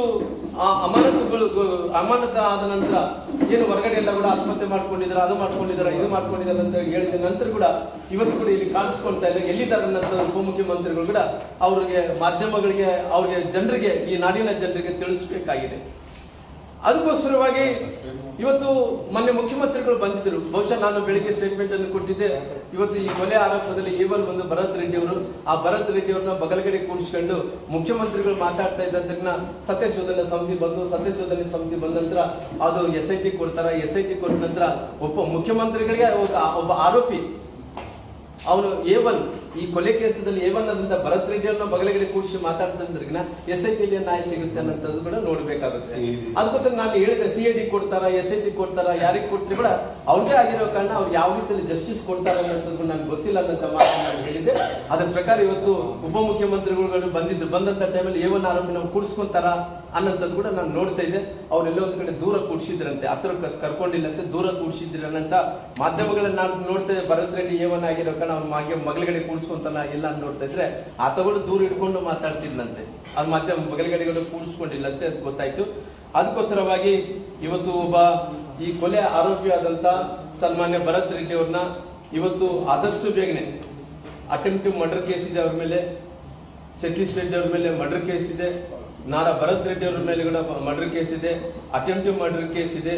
ಇವೆಲ್ಲ ಇದ್ದಂತ ಟೈಮಲ್ಲಿ ಕೂಡ ಇವತ್ತು ಅವ್ರು ಈ ಕ್ಷಣಕ್ಕೆ ಇಲ್ಲಿ ತನಕ ಕೂಡ ರಾಜ್ಯ ಸರ್ಕಾರ ಇವತ್ತು ಎಂತ ಪರಿಸ್ಥಿತಿಯಲ್ಲಿ ಕೂಡ ಕೇವಲ ಇವ್ರನ್ನ ಸಮಾಧಾನ ಮಾಡಬೇಕು, ನಮ್ಮ ಮೇಲೆ ಆದಂತ ಗುಂಡಿನ ದಾಳಿ ಅದ್ರ ಸುಳ್ಳು ಆಗಬೇಕು, ಜನಾರ್ದನ್ ರೆಡ್ಡಿ ಅವರಿಗೆ ಏನೂ ಆಗ್ಲಿಲ್ಲ, ಅವ್ರು ಕ್ರಿಯೇಷನ್ ಮಾಡ್ಕೊಂತ ಇದ್ರ, ಅವ್ರ ಕ್ರಿಯೇಷನ್ ಅನ್ಲಾರ್ದಂತ ಅವ್ರಿಗೆಲ್ಲ ತಲೆಗೆ ಪೆಟ್ಟು ಬಿದ್ದಿದ, ಇದಕ್ಕೆ ಎದಕ್ಕೆ ಪೆಟ್ಟು ಬಿದ್ದಿದ್ರೆ ಅವ್ರು ಹಾಸ್ಪಿಟಲ್ ಇರ್ಬೇಕಾಯ್ತು. ಅವ್ರು ಏನಂದ್ರೆ ಯಾರ್ದು ಜೀವ ಹೋಗಿಲ್ಲಲ್ಲ, ನಮ್ದೊಂದೇ ಕಾಂಗ್ರೆಸ್ನ ಕಾರ್ಯಕರ್ತರ ಮಾತ್ರ ಜೀವ ಹೋಗಿದೆ, ಹಂಗಾಗಿ ಯಾರ ಜೀವ ಹೋದ್ರೆ ಅದ್ರ ಮೇಲೆ ರಾಜಕಾರಣ ಮಾಡೋ ಮಂದಿ ಆಗಿರೋ ಕಾರಣ ಇವತ್ತು ಉಪಮುಖ್ಯಮಂತ್ರಿಗಳೇ ನೀವು ಇದೆಲ್ಲ ನೋಡಿದಂತ ಟೈಮಲ್ಲಿ ಕೂಡ ನಾವು ಕೂಡ ಸರ್ಕಾರದಲ್ಲಿ 7 ವರ್ಷಗಳ ಕಾಲ ನೀವು ಅವತ್ತು ಮಂತ್ರಿ ಆಗ್ಲಾರ್ದಂತ ಟೈಮಲ್ಲಿ ನಾವು ಕೂಡ ಮಂತ್ರಿಗಳಾಗಿ ಕೆಲಸ ಮಾಡಿದ್ವಿ. ಇವತ್ತು ನಮಗೆ ಕೂಡ ರಾಜಕಾರಣದಲ್ಲಿ ಅಷ್ಟು ಅನುಭವ ಇದೆ. ನಾವು ಕೂಡ ರಾಜ್ಯವನ್ನು ನೋಡಿದ್ವಿ, ದೇಶವನ್ನು ನೋಡಿದ್ವಿ, ನಮಗೆ ಕೂಡ ಅನುಭವ ಇದೆ. ಇವೆಲ್ಲ ಕೂಡ ನೀವು ತಿರುಚು ಮಾತಾಡುವಂತ ಕೆಲಸ, ಯಾರೊಬ್ಬರ ಶಾಸಕರ ಸಮಾಧಾನ ಪಡಿಸುವಂತ ಕೆಲಸ, ಕಾನೂನನ್ನು ನೀವು ಕೈಗೆ ತಗೊಳ್ಳುವಂತ ಕೆಲಸ, ನಿಮ್ಮ ಸರ್ಕಾರ 7 ವರ್ಷದಲ್ಲಿ ಎಷ್ಟು ಮಂದಿ ಅಧಿಕಾರಿಗಳನ್ನು ಆತ್ಮಹತ್ಯೆ ಮಾಡ್ಕೊಂಡಿರುವಂತ ವಿಷಯ ಎಲ್ಲವನ್ನು ನೋಡಿದಂತ ಟೈಮಲ್ಲಿ ಜನರಂತ ಕೂಡ ಎಲ್ಲ ಬೇಸರವಾಗಿ ಅವರು ವ್ಯಕ್ತಪಡಿಸ್ತಾ ಇದ್ದಾರೆ ಇವತ್ತು. ಹಂಗಾಗಿ ನಾನು ನಿನ್ನೆ ಮೊನ್ನೆ ಕೂಡ ಒಂದು ಅಲಿಗೇಷನ್ ಮಾಡ್ತಾ ಇದ್ದೆ. ಏನ್ ಅಲಿಗೇಷನ್ ಮಾಡ್ತಾ ಇದ್ದಂದ್ರೆ, ನಾನು ಏನು ಇವತ್ತು ನಮ್ಮ ರಾಜಶೇಖರ್ ಅವರು ಹತ್ಯೆ ಆದಂತ ಟೈಮಲ್ಲಿ ಕೂಡ ಜನಾರ್ದನ್ ರೆಡ್ಡಿ ಅವರು ನಾನು ಕೂಡ ಹೇಳಿದೆ, ನೋಡ್ರಿ ನಾವು ಯಾವುದೇ ರೀತಿಯಲ್ಲಿ ಕೂಡ ಈ ರೀತಿಯಲ್ಲಿ ನಾವು ಮಾಡುವಂತ ವ್ಯಕ್ತಿಗಳು, ನಮ್ಮ ಜೀವ ಹೋದ್ರೆ ನಮ್ಮ ಜೀವ ಹೋಗ್ಲಾಗ್ಲಿ, ಬೇರೆಯವ್ರನ್ನ ಹತ್ಯೆ ಮಾಡಿಸಂತ ವ್ಯಕ್ತಿಗಳು ನಾವಲ್ಲ. ನಾವು ಆ ಬ್ಯಾಕ್ ಗ್ರೌಂಡ್ ಇಂದ ಬಂದಿಲ್ಲ, ರಾಜಶೇಖರ ಹತ್ಯೆಗೆ ನಮ್ಗೆ ಏನು ಸಂಬಂಧ ಇಲ್ಲ. ಅವರೇ ಕೂತ್ಕೊಂಡು MLA ಸಮೀಪದಲ್ಲಿ MLA ವಿಡಿಯೋ ರೆಕಾರ್ಡಿಂಗ್ ಇದೆ, ಮತ್ತೆ ಮುಂದೆ ಅದೆಲ್ಲ ನೋಡಿಸ್ತೀನಿ ನಾನು. ಪೊಲೀಸ್ ಬಗಲ್ಗಡೆ ಯಾರು ನಾರಾ ಬರುತ್ತಾರೆ MLA ಅವರು ಇದಾರ, MLA ಬಗಲ್ಗಡೆ ಆ ಹುಡುಗ ಸತ್ತದಂತ ಹುಡುಗ ರಾಜಶೇಖರ್ ಇದ್ದಾನ, ರಾಜಶೇಖರ್ ಬಗಲ್ಗಡೆ ಇದ್ದಂತ ಗನ್ಮೆನ್ಗಳು, ಅಂಗರಕ್ಷಕರು ಎಲ್ಲಾರು ಇದಾರ. ಅಷ್ಟು ಒಳಗಡೆ ನೂಕುನುಗ್ಲಾಗುತ್ತೆ. MLA ಎದುರುಗಡೆ ರಾಜಶೇಖರದಲ್ಲಿ ಗುಂಡು ಏನು ಇವತ್ತು ಅವಾಗ ಅಂಗರಕ್ಷಕ ಇರ್ತಾನೋ ಅವನು ಆರಿಸಿದ ರಾಜಶೇಖರ್ ಏನಿದ್ದಾನೋ ಅಲ್ಲೇ ತಾಯೆಲ್ಲ ಮುಂದಕ್ಕೆ ಹೋಗ್ತಾನ, ಮುಂದಕ್ಕೆ ಕೆಳಗಡೆ ಬಿದ್ದೋಗ್ತಾನ. ಕೆಳಗಡೆ ಬಿದ್ದ ನಂತರ ಪೊಲೀಸರು ಅವನ್ನ ಎತ್ಕೊಂಡು ಅಯ್ಯಯ್ಯೋ ಗುಂಡ ಹಾರಿದೆ ಅಂತೇಳಿ ಅವನ್ನ ಎತ್ಕೊಂಡು ವ್ಯಾನೆಲ್ಲ ಹಾಕೊಂತಾರ. ವ್ಯಾನೆಲ್ಲ ಹಾಕೊಂಡು ಹೋಗುವಂತ ಟೈಮಲ್ಲಿ ಅವನ್ ದಾರಿಯಲ್ಲಿ ಸತ್ತು ಹೋಗ್ತಾನ. ದಾರಿಯಲ್ಲಿ ಸತ್ತು ಹೋದ ನಂತರ ಇವತ್ತು ಅವರು ಏನ್ ಹೇಳಿದ್ರು, ಅವ್ರು ಪೋಸ್ಟ್ ಮಾರ್ಟಮ್ ಬಾಡಿಯಲ್ಲಿ ಏನು ಹಂಗೆ ತಗೊಂಡ್ಬರ್ಬೇಕಂತ ಪ್ರಯತ್ನ ಮಾಡಿದ್ರು. 2 ಬಾರಿ ಪೋಸ್ಟ್ ಮಾರ್ಟಮ್ ಮಾಡಿದ್ರು. ರಾಮ್ಲೂರ್ 2 ಬಾರಿ ಪೋಸ್ಟ್ ಮಾರ್ಟಮ್ ಮಾಡಿದ್ರು ಅಂತ ಹೆಂಗ್ ಹೇಳ್ತಾರ, ಹಂಗೆ ಅಂತ ಹೇಳಿದ್ರು. ಇವತ್ತು 2 ಬಾರಿ ಪೋಸ್ಟ್ ಮಾರ್ಟಮ್ ಮಾಡ್ಬೇಕಲ್ಲ, ಹಂಗೆ ಹೊತ್ಕೊಂಡ್ ಬರ್ಬೇಕಂತ ಪ್ರಯತ್ನ ಮಾಡಿದ್ರು. ಯಾಕಂದ್ರೆ ಜನಾರ್ದನ್ ರೆಡ್ಡಿ ಕಟ್ಟಬೇಕು, ಆ ಬುಲೆಟೇ ಇಲ್ಲಾರ್ದಂತ ಮಾಡ್ಬೇಕನ್ನಂತ ಕಾರಣದಿಂದ 2 ಬಾರಿ ಪೋಸ್ಟ್ ಮಾರ್ಟಮ್ ಮಾಡಿ ಇವತ್ತು ಮತ್ತೆ ಗುಂಡ ಇತ್ತಂತೇಳಿ ಅವರು ಮತ್ತೆ ಪ್ರೂವ್ ಮಾಡಿ ಆ ಪೋಸ್ಟ್ ಮಾರ್ಟಮ್ ಅನ್ನು ಕೂಡ ಕೊಡುವಂತ ಕೆಲಸ ಮಾಡಿದ್ದಾರೆ. ಇವತ್ತು ನಾನು ಕೇಳ್ತಾ ಇದ್ದೀನಿ, ಸ್ವಾಮಿ ಇವತ್ತು ಇದ್ರಂತೂ ನೀವು ಅದು ಏನು CBI ಕೊಡ್ತಾರೋ, ಏನು ಬೇರೆ ತನಿಖೆ ಕೊಡ್ತಾರೋ, ಸಿಟ್ಟಿಂಗ್ ಜಡ್ಜ್ ಕೊಡ್ತಾರೋ ಕೊಡ್ಲಿ, ಅಂದ್ರೆ ನೀವು ಅಂತ್ಯ ಸಂಸ್ಕಾರ ಹೆಂಗ್ ಮಾಡ್ಬೇಕಾಯ್ತು ಅವ್ರದ್ದು? ನಾನು ಕೇಳ್ತೀನಿ, ಒಬ್ಬ ಮನುಷ್ಯದು ಅಂತ್ಯ ಸಂಸ್ಕಾರ, ರಾಜಶೇಖರ್ ರೆಡ್ಡಿ ಅವ್ರದ್ದು ಅಂತ್ಯ ಸಂಸ್ಕಾರ ಹೆಂಗ್ ಮಾಡಬೇಕು? ಇವತ್ತು ಅಂತ್ಯ ಸಂಸ್ಕಾರ ನಾವು ನೋಡಿದಂತ ಟೈಮಲ್ಲಿ ನಾವು ಅವರು ಏನು ಇವತ್ತು ಆಚಾರಗಳಿರ್ತಾವರೋ ವಿಚಾರಗಳಿರ್ತಾರೋ ಅಕಸ್ಮಾತವಾಗಿ ಮಣ್ಣಲ್ಲಿ ಹಾಕಿ ಉಣಿಕಬೇಕು, ಇಲ್ಲದ ಮಣ್ಣು ಹಾಕಿ ಅವ್ರನ್ನ ದಹನ ಮಾಡ್ಬೇಕಂದ್ರೆ ಆ ರೀತಿ ಅಂತ್ಯ ಸಂಸ್ಕಾರ ಒಂದ್ ಕಡೆ ಇಲ್ಲ ಆದ್ರೆ ಸುಟ್ಟು ಹಾಕುವಂತ ಒಂದು ಅಂತ್ಯ ಸಂಸ್ಕಾರವನ್ನು ಮಾಡ್ಬೇಕಾದ್ರೆ. ಆದ್ರೆ ಇವತ್ತು ನಾನು ಕೇಳ್ತೀನಿ ಅವ್ರಿಗೆ, ನನ್ನ ಹತ್ರ ವಿಡಿಯೋ ಇದಾವೆ, ಬೇಕಾದ್ರೆ ನಾನು ಅಂತ್ಯ ಸಂಸ್ಕಾರ ಮಾಡುವಂತ ಟೈಮಲ್ಲಿ ಎಲ್ಲ ಕೂಡ ವಿಡಿಯೋ ಇದಾವೆ. ಈ ಅಂತ್ಯ ಸಂಸ್ಕಾರ ಮಾಡುವಂತ ಟೈಮಲ್ಲಿ ಅವ್ರ ತಂದೆಯವ್ರನ್ನ ನಾನು ನೋಡಿಸ್ತೀನಿ. ಅವ್ರ ತಂದೆಯವ್ರದ್ದು ನೋಡ್ರಿ, ಅವ್ರ ತಂದೆಯವ್ರ ಹೆಸರು ಬಂದು ರಾಜಶೇಖರ್ ರೆಡ್ಡಿ, ತಂದೆ ಬಂದು ಸುರೇಂದ್ರ ರೆಡ್ಡಿ. ನೋಡ್ರಿ, ಅವರು ಫಸ್ಟ್ ಕುಣಿ ತೆಗಿತಾರ, ರಾಜಶೇಖರ್ ಅವ್ರನ್ನ ಅವ್ರು ಕುಣಿ ತೆಗಿತಾರ. ಅಣ್ಣ ನಾನು ಎಲ್ಲರೂ ಕಳ್ಸಿ ಅಣ್ಣ, ಇದು ನೋಡಿ ಕುಣಿ ತೋಡ್ತಾರ, ಫಸ್ಟ್ ಕುಣಿ ತೋಡ್ತಾರ. ಅವ್ರ ಸಂಪ್ರದಾಯ ಪ್ರಕಾರ ಮಣ್ಣಲ್ಲಿ ಉಣಿಸ್ಬೇಕು, ರೈಟ್? ಮಣ್ಣಲ್ಲಿ ಉಣಿಸ್ಬೇಕು. ಈ ಮಣ್ಣಲ್ಲಿ ಉಣಿಕ್ಬೇಕಂದ್ರೆ ರಾಮ್ಲು ಅವರು ಮಣ್ಣಲ್ಲಿ ಅವ್ರು ಹೆಂಗ್ ಉಣಿಕ್ತಾರೋ ಇಲ್ಲ ಅಂತೇಳಿ ನನ್ನ ಪ್ರಶ್ನೆ ಕೇಳಿದಂತ ಟೈಮಲ್ಲಿ ಅವ್ರ ತಂದೆಯವರಂತ ಸುರೇಂದ್ರ ರೆಡ್ಡಿ ಅವರು, ಅವ್ರ ತಂದೆಯವರು ಸಮಾಧಿ, ಅವ್ರ ತಂದೆಯವ್ರದ್ದು ಅಂತ್ಯ ಸಂಸ್ಕಾರವನ್ನು ಅವ್ರ ತಂದೆಯವರು ತೀರ್ಕೊಂಡೋದಂತ ಟೈಮಲ್ಲಿ, ಅವ್ರ ತಂದೆಯವ್ರು ತೀರ್ಕೊಂಡಂತ ಡೇಟ್ ಇಲ್ಲ, ಡೇಟ್ ಕೂಡ ಇದೆ ಬೇಕಾದ್ರೆ.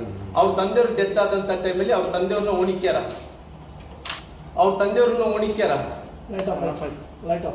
ಅವ್ರ ತಂದೆಯವ್ರನ್ನ ಉಣಿಕ್ಯಾರ. ನೋಡಿ ಇದ್ರಲ್ಲ ಐತೆ, ಅವ್ರ ತಂದೆಯವ್ರನ್ನ ಉಣಿಕ್ಯಾರ, ಅವ್ರ ತಂದೆಯವ್ರನ್ನ ಉಣಿಕ್ಯಾರ. ನೋಡ್ರಿ, ಇಲ್ಲಿ ಕುಣಿ ತೆಗೆದಿದ್ದು, ಕುಣಿ ಮುಚ್ಚಿದ್ದು, ಫ್ರೆಶ್ ಕುಣಿ ನೋಡ್ರಿ. ಆಮೇಲೆ ಅವ್ರ ತಂದೆಯವ್ರನ್ನ ಉಣಿಕ್ಯಾರ. ಅವ್ರ ತಂದೆಯವ್ರು ಉಣಿಕಿನ ನಂತರ ಇದು ಕುಣಿ ಕೂಡ ವಿಡಿಯೋ ನೋಡಿಸ್ಬಿಡ್ತೀವಿ ನೋಡಿ. ಕುಣಿ ತೆಗೆದಿದ್ದು, ಕುಣಿ ಮುಚ್ಚಿದ್ದು ಎಲ್ಲ ಕೂಡ ವಿಡಿಯೋ ನೋಡ್ತಾ ಇದ್ದೀವಿ ನೋಡ್ರಿ, ಇದನ್ನ ನೋಡ್ಕೊಡ್ರಿ.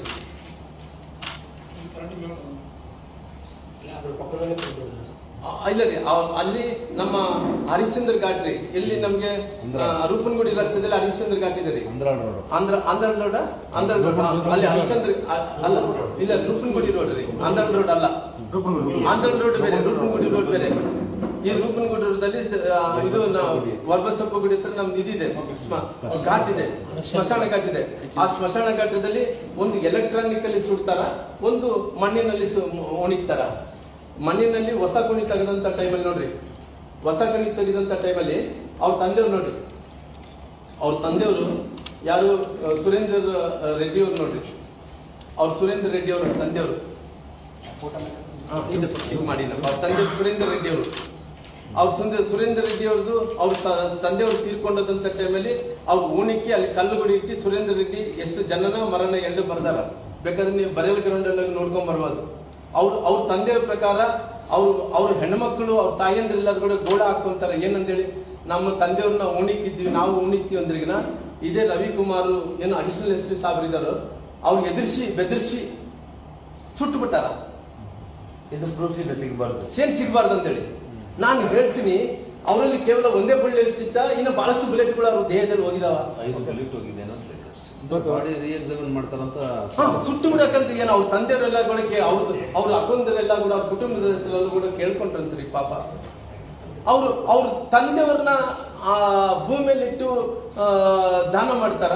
ಈ ಹುಡುಗನ ಪೊಲೀಸರು ರವಿಕುಮಾರ್ ಅವರು ಹೇಳಿ ಬೆದರಿಸಿ, ಇಲ್ಲ ನನ್ನ ನೀವು ಸುಳ್ಳೇಬೇಕಂದೇಳಿ ಸುಡ್ಸ್ಯಾರ. ನಮ್ ಪ್ರಕಾರ ನಾವು ಸತ್ರೆ ಮಣ್ಣಲ್ಲಿ ಓಣಿಕ್ತಾರ, ಕೆಲವು ಮಂದಿ ಸತ್ರೆ ಅವರು ಸುಟ್ಟಾಕ್ತಾರ. ಇವ್ರ ಸಂಪ್ರದಾಯ ಪ್ರಕಾರ, ಇವ್ರು ರೆಡ್ಡಿ ಸಂಪ್ರದಾಯ ಪ್ರಕಾರ, ಇವರು ಪಾಟ್ನಾಕ್ ರೆಡ್ಡಿ ಏನೋ ರೆಡ್ಡಿಸ್ ಇದ್ದಾರೆ. ಆ ರೆಡ್ಡಿಸ್ ಪ್ರಕಾರ ಅವರು ಸುಡಲ್ಲ, ಅವ್ರ ಭೂಮಿಯಲ್ಲಿ ಉಣಿಕ್ಕಿದೆ. ಅವ್ರ ಭೂಮಿಯಲ್ಲಿ ಉಣಿಕ್ತೆ, ಅವ್ರ ತಂದೆಯವರು ಭೂಮಿಯಲ್ಲಿ ಉಣಿಕಿದ. ರಾಜಶೇಖರ್ ಅವ್ರನ್ನ ಸುಟ್ಟಾಕ್ಯಾರ. ಪೊಲೀಸ್ ಫೋರ್ಸ್ ಇಂದ ಅವ್ರಿಗೆ ಏನಂದ್ರೆ ಹೇಳಿದ್ರೆ ಧಮಕಿ, ನೋಡ್ರಿ ಇದೆಲ್ಲ ಅಂದ್ರೆ ಸರಿ ಇರಲ್ಲ, ಅವ್ರು ನಾಳೆ ನಾಡ್ದ ಏನಾಗುತ್ತೆ ಅನ್ನೋದು ಅವ್ರ ತಂದೆ ತಾಯಿಯವರೇ ಬಂದು ಹೇಳಿ, ಅವ್ರ ತಾಯಿಯವರು ಅವ್ರ ಕುಟುಂಬ ಬಂದು ಹೇಳಿಕೆ ಕೊಡ್ತದ. ಅದ್ರಲ್ಲ ಇಷ್ಟೊಂದು ಬೇಕಿತ್ತ ತಮ್ಗೆಲ್ಲರೂ ಕೂಡ? ಯಾವ ಕರ್ಬೇಕಂದ್ರೆ ಮುಚ್ಚಾಕಬೇಕಂದ್ರೆ ಅಂದ್ರೆ ರೀಎಕ್ಸಾಮಿನ್ ಅಂದ್ರೆ ಒಂದೇ ಬುಲೆಟ್ ಹೋಗಿಲ್ಲ ಅಣ್ಣ, ಒಂದೇ ಬುಲೆಟ್ ಹೋಗಿಲ್ಲ, ಸಾಕಷ್ಟು ಬುಲೆಟ್ಗಳು ಹೋಗಿದಾವ್ರೆ ಅವ್ರ ದೇಹದಲ್ಲಿ. ನಾವು ಬಹಳಷ್ಟು ಮಂದಿ ನೋಡಿದೀವಲ್ರಿ, ಬಹಳಷ್ಟು ಮಂದಿನ ನಾನು ಬಹಳ ಉದಾಹರಣೆಗಳು ಕೊಡಬಲ್ಲೆ. ಬಹಳಷ್ಟು ಮಂದಿನ ಅವ್ರು ಏನೇನೋ ಅಕಸ್ಮಿತವಾಗಿ ಒಂದು 10 ವರ್ಷಗಳಾದಂತ 20 ವರ್ಷಗಳಿಂದ ಅಬ್ಜೆಕ್ಷನ್ ಆದ್ರೆ ಪುನಃ ಬಾಡಿಯನ್ನು ತೆಗೆದು ರೀಪೋಸ್ಟ್ ಮಾರ್ಟಮ್ ಮಾಡ್ತಾರ. ಇಲ್ಲ ಸರ್, ಈಗ ಹಂಗಂದ್ರೆ ಮರಣೋತ್ತರ ಪರೀಕ್ಷೆನಲ್ಲಿ ಒಂದೇ ಬುಲೆಟ್ ಅಂದ್ರೆ ನಾನು ವೈದ್ಯರು ಕೂಡ ಇದರಲ್ಲಿ ಅಲ್ಲ, ವೈದ್ಯರು ಶಾಮೀಲಾಗಿರ್ಬೋದು, ಇನ್ನೊಬ್ರು ರಾಜಕಾರಣಿಗಳು ಶಾಮೀಲಾಗಿರ್ಬೋದು. ಯಾಕೆ ಸುಟ್ರು ಅನ್ನೋದಂತ ಪ್ರಶ್ನೆ ನನಗೂ. ಇವಾಗ ಸುಟ್ಟಾಕಬೇಕಂದ್ರೆ ನಿಮ್ಮಲ್ಲಿ ತಪ್ಪಿರ್ಬೇಕಲ್ಲ ಅಂತ ಹೇಳ್ತೀನಿ. ಅವ್ರ ತಾಯಿಯವರು ಕೂಡ ಅವ್ರು ಕೂಡ ನೋವಲ್ಲಿದ್ದಾರ. ಇವತ್ತೇನ ನೀವು ಏನೋ ಏನನ್ನ ಹಣ ಕೊಟ್ಟು ಸಮಾಧಾನ ಮಾಡ್ಬೋದು. ಅವರು ಇವತ್ತು ನಿಮ್ಮ ಹತ್ರ ಹಣ ಇದೆ, ಅಧಿಕಾರ ಇದೆ, ಎಲ್ಲ ಇದ್ದಂತ ಟೈಮ್ ಸಮಾಧಾನ ಮಾಡಿ. ಇವತ್ತು ಸತ್ಯ ಅನ್ನೋದು ಇವತ್ತಿಲ್ಲ ನಾಳೆ ಹೊರಗಡೆ ಬಂದೇ ಬರುತ್ತೆ. ಯಾಕಂದ್ರೆ ಇವತ್ತಿದ್ದಂತ ಪರಿಸ್ಥಿತಿಯಲ್ಲಿ ಅವನು ಸುಡಬೇಕಾದಂತ ಪರಿಸ್ಥಿತಿ ಏನು ಬಂತು. ಅವ್ರು ಕ್ಲಿಯರ್ ಆಗಿ ಹೇಳ್ತಿದ್ದಾರೆ, ರವಿಕುಮಾರ್ ಒತ್ತಾಯ ಏನು ಮಾಡಿದ್ರು, ಅಡಿಷನಲ್ ಎಸ್ಪಿ ಸಾಬ್ರು ನಮಗೆ ಫೋರ್ಸ್ ಮಾಡಿದ್ರು. ಅಲ್ಲ, ಯಾರು ನನಗಿದ್ದಂತ ಸೋರ್ಸ್. ನಾನು ಸಮಯ ಬಂದಂತ ಟೈಮಲ್ಲಿ ನಿಮಗೆ ದಾಖಲಾತಿ ಮೂಲಕ ತೋರಿಸ್ತೀನಿ. ರಾಮ್ಲೋರು ಮಾತಾಡ್ತಾ ಇದ್ದಂತೆ ಕೇವಲ ವೇಗವಾಗಿ ನನ್ನ ಸೋರ್ಸ್ ಏನಿದೆನೋ, ನನ್ನ ಸೋರ್ಸ್ ಇಸ್ ವೆರಿ ಸ್ಟ್ರಾಂಗ್. ನನ್ನ ಸೋರ್ಸ್ ಅಲ್ಲಿ ಯಾವತ್ತೂ ಫೇಲ್ ಆಗಲ್ಲ. ನನ್ನ ಸೋರ್ಸ್ ಕೇಳಕ್ಕೆ ಯಾರಿಗೆ ಪ್ರಶ್ನೆ ಇಲ್ಲ. ನನಗೆ ಎಲ್ಲಿಂದ ಬಂತು, ಏನು ಬಂತು ಅದೆಲ್ಲ ಕೂಡ ಯಾರು ಕೇಳೋ ಪ್ರಶ್ನೆ ಇಲ್ಲ. ನನ್ನ ಸೋರ್ಸ್ ಏನಿದೆ ಅದ್ರ ಪಕ್ಕಾ ಸೋರ್ಸ್ ಇದೆ ನನಗೆ. ಅಲ್ಲ ಸರ್, ಇದನ್ನ ಉನ್ನತ ಅಧಿಕಾರಿಗಳಿಗೆ ಪ್ರೊಡ್ಯೂಸ್ ಮಾಡ್ತೀರಾ ಸರ್? ಅಲ್ಲ, ಖಂಡಿತವಾಗಿ ಅದ್ರಲ್ಲಿ ಬೇರೆ ಪ್ರಶ್ನೆ ಇದೆಲ್ಲ ನೋಡಿದಂತ ಟೈಮಲ್ಲಿ ಅವರು ಸುಡಬೇಕು ಯಾಕೆ ಬಂತು. ನಾನು ಹೇಳ್ತೀನಿ, ಇವತ್ತು ಅವ್ರು ಗುಂಡೆ ಹಾರಿಸಿಲ್ಲ ಜನಾರ್ದನ್ ರೆಡ್ಡಿ ಅವ್ರಿಗೆ ಅಂತ ಹೇಳ್ತಾರಲ್ಲ, ನಾನು ಹೇಳ್ತೀನಿ ನೂರಾರು ಗುಂಡೆ ಹಾರಿಸಿದಂತ ಟೈಮಲ್ಲಿ ಆ ಹುಡುಗನ ಬಾಡಿ ದೇಹದಲ್ಲಿ ಒಂದೇ ಗುಂಡು ಹೋಗಿಲ್ಲ, ಸಾಕಷ್ಟು ಗುಂಡುಗಳು ಹೋಗಿದಾವ, ಬಹಳಷ್ಟು ಹೋಗಿದಾವ. ಹೋದಂತ ಟೈಮಲ್ಲಿ ಒಂದು ಬುಲೆಟ್ ನೋಡಿಸ್ಬೇಕನ್ನಂತ ಕಾರಣದಿಂದ ನೋಡಿಸಿದಾರ. ಆದ್ರೆ ಇವೆಲ್ಲ ನೋಡಿದಂತ ಟೈಮಲ್ಲಿ ಅವ್ರು ಸುಟ್ಟಾಕಿದಾರಲ್ಲ, ಇದಕ್ಕೆ ಯಾರು ಉತ್ತರ ಕೊಡ್ಬೇಕನ್ನೋದು ಅವ್ರು ನಾರಾ ಭರತ್ ರೆಡ್ಡಿ ಕೊಡಬೇಕಾಗಿದೆ. ಅವರೇ ಮೇನ್ ಕಲ್ಪ್ರಿಟ್ ಅಲ್ಲ, ಅವ್ರು ನಾರಾ ಭರತ್ ರೆಡ್ಡಿ ಅವ್ರು ಕೊಡ್ಬೇಕಾಗಿದೆ. ಇದು ಕ್ಲಾರಿಫಿಕೇಶನ್. ಎಷ್ಟು ರವಿಕುಮಾರ್ ಸಾಹೇಬ್ ಹೆಂಗ್ ಬೆದರಿಸಿದ್ರಿ? ನೀವು ಬೆದರಿಸಿರೋದು ಕೂಡ, ನೀವು ಯಾರು ಬೆದರಿಸಿದ್ರೋ ಅದೆಲ್ಲ ಕೂಡ ರೆಕಾರ್ಡೆಡ್ ಇದೆ. ಯಾರು ನೀವೆಲ್ಲ ಕೂಡ ಹೆಂಗ್ ಫೋರ್ಸು ಸರ್ಪಗಾವಲ ಹಾಕಿ, ಮಾನವ ಸರ್ಪಣ ಹಾಕಿ, ಮಾನವ ಸರ್ಪಳ ಅಂತಾರಲ್ಲ, ಮಾನವ ಸರ್ಪಳಿ, ಈ ಮಾನವ ಸರಪಳಿ ಹಾಕಿ ನೀವು ಹೆಂಗ ಆ ಬಾಡಿಯನ್ನು ತಗೊಂಡೋಗಿ, ಇಲ್ಲ ಈ ಕಡೆ ಹೋದ್ರೆ ನೀವು ಉಣಿಕ್ಬೇಕಾಗುತ್ತೆ, ಈ ಕಡೆ ಬಂದ್ರೆ ಸುಡಬೇಕಾಗುತ್ತೆ ಅಂತೇಳಿ ಅಲ್ಲಿ ನೋಡ್ರಿ ಶವ ಸಂಸ್ಕಾರ ಮಾಡುತ್ತ ಟೈಮಲ್ಲಿ ನಮ್ಮ ಘಾಟಿನಲ್ಲಿ ರೂಪನಗುಡಿ ಅಂತ ಘಾಟಿನಲ್ಲಿ ಒಂದ್ ಕಡೆ ಸುಡ್ತಾರ, ಒಂದ್ ಕಡೆ ಉಣಿಕ್ತಾರ. ಇಲ್ಲ ಉಣಿಕಕ್ಕೆ ಹೋಗ್ಬೇಡ್ರಿ, ಕುಣಿತೋಡಿ ಮುಚ್ಚಿಸಿದಾರ್ರಿ. ಅವ್ರ ತಾಯಿಯಂದ್ರೆ ಎಲ್ಲರೂ ಕೂಡ ಕೇಳ್ಕೊಂಡಾರ, ಸ್ವಾಮಿ ದಯವಿಟ್ಟು ನನ್ನ ತಂದೆಯವ್ರನ್ನ ನಾವು ಉಣಿಕೀವಿ, ಸುಡೋದು ನಮ್ಮ ಸಂಪ್ರದಾಯ ಇಲ್ಲ ಅಂತ ಹೇಳಿ ಸುಟ್ಟು ಬಿಟ್ಟಾರ. ಹೆಂಗ್ ಸುಟ್ಟಿದಾರ ಅವರು? ತಂದೆ ಪಕ್ಕದಲ್ಲಿ ಇಡ್ಬೇಕಾದ, ತಂದೆ ಪಕ್ಕದಲ್ಲಿ ಇದು ಅಲ್ಲಿ ಬೇಕಾದ್ರೆ ಕುಣಿ ತೋಡಿದಾರ. ನಾನು ತಪ್ಪಾದ್ರಿನ ಕುಣಿ ತೋಡಿದಂತವ್ರು ಇದಾರ, ಕುಣಿ ತೋಡ್ತಾರ ನೋಡ್ರಿ. ಅವ್ರು ಒಂದು ಪಾಪ ಅಲ್ಲಿ ಇದ್ದಂತ ಏನಂತಾರ ಅವ್ರನ್ನ, ನಮ್ಮ ಶವಕಾಯಿಯವ್ರನ್ನ, ಅದು ನಾವು ಸ್ಮಶಾನಗಾರರಂತ ಅವ್ರು ಕುಣಿ ತೋಡಿದಂತವ್ರು ಇದಾರ. ಅವ್ರುಗಳು ಅದು ಕೂಡ ವೀಡಿಯೋ ಕೊಡ್ತೀನಿ ನಾನು, ಹೆಂಗಾಯ್ತು ಏನಾಯ್ತು ಹೆಂಗ್ ತೋಡಿದ್ರು ಎಲ್ಲ ಇತ್ತು ನನ್ನ ಹತ್ರ. ಅದಕ್ಕೋಸ್ಕರವಾಗಿ ಇದು ಕ್ಲಿಯರ್ ಆಗಿ ಇಂಟೆನ್ಷನಲಿ ಮರ್ಡರ್, ಇಂಟೆನ್ಷನಲಿ ಏನಂದ್ರೆಗಿನ ಅವರೇ ಸಾಯಿಸಿ ಅವರೇ ಕಾರ್ಯಕರ್ತ ನಮಗ್ ಕೊರಲು ಕಟ್ಟಬೇಕು, ನಮ್ಮ ರಾಜಕೀಯ ಭವಿಷ್ಯ ಅಂತ್ಯ ಮಾಡಬೇಕು ಅನ್ನೋ ಕಾರಣದಿಂದ ಒಬ್ಬ ಅಮಾಯಕನ ಹತ್ಯೆ ಮಾಡಿದ್ದಾರೆ. ಇವ್ರು ಕೊಲೆಗಡಕರು, ಈ ಕಾಂಗ್ರೆಸ್ಸಿನ ಕೊಲೆಗಡಕ ಸರ್ಕಾರ ಇದು.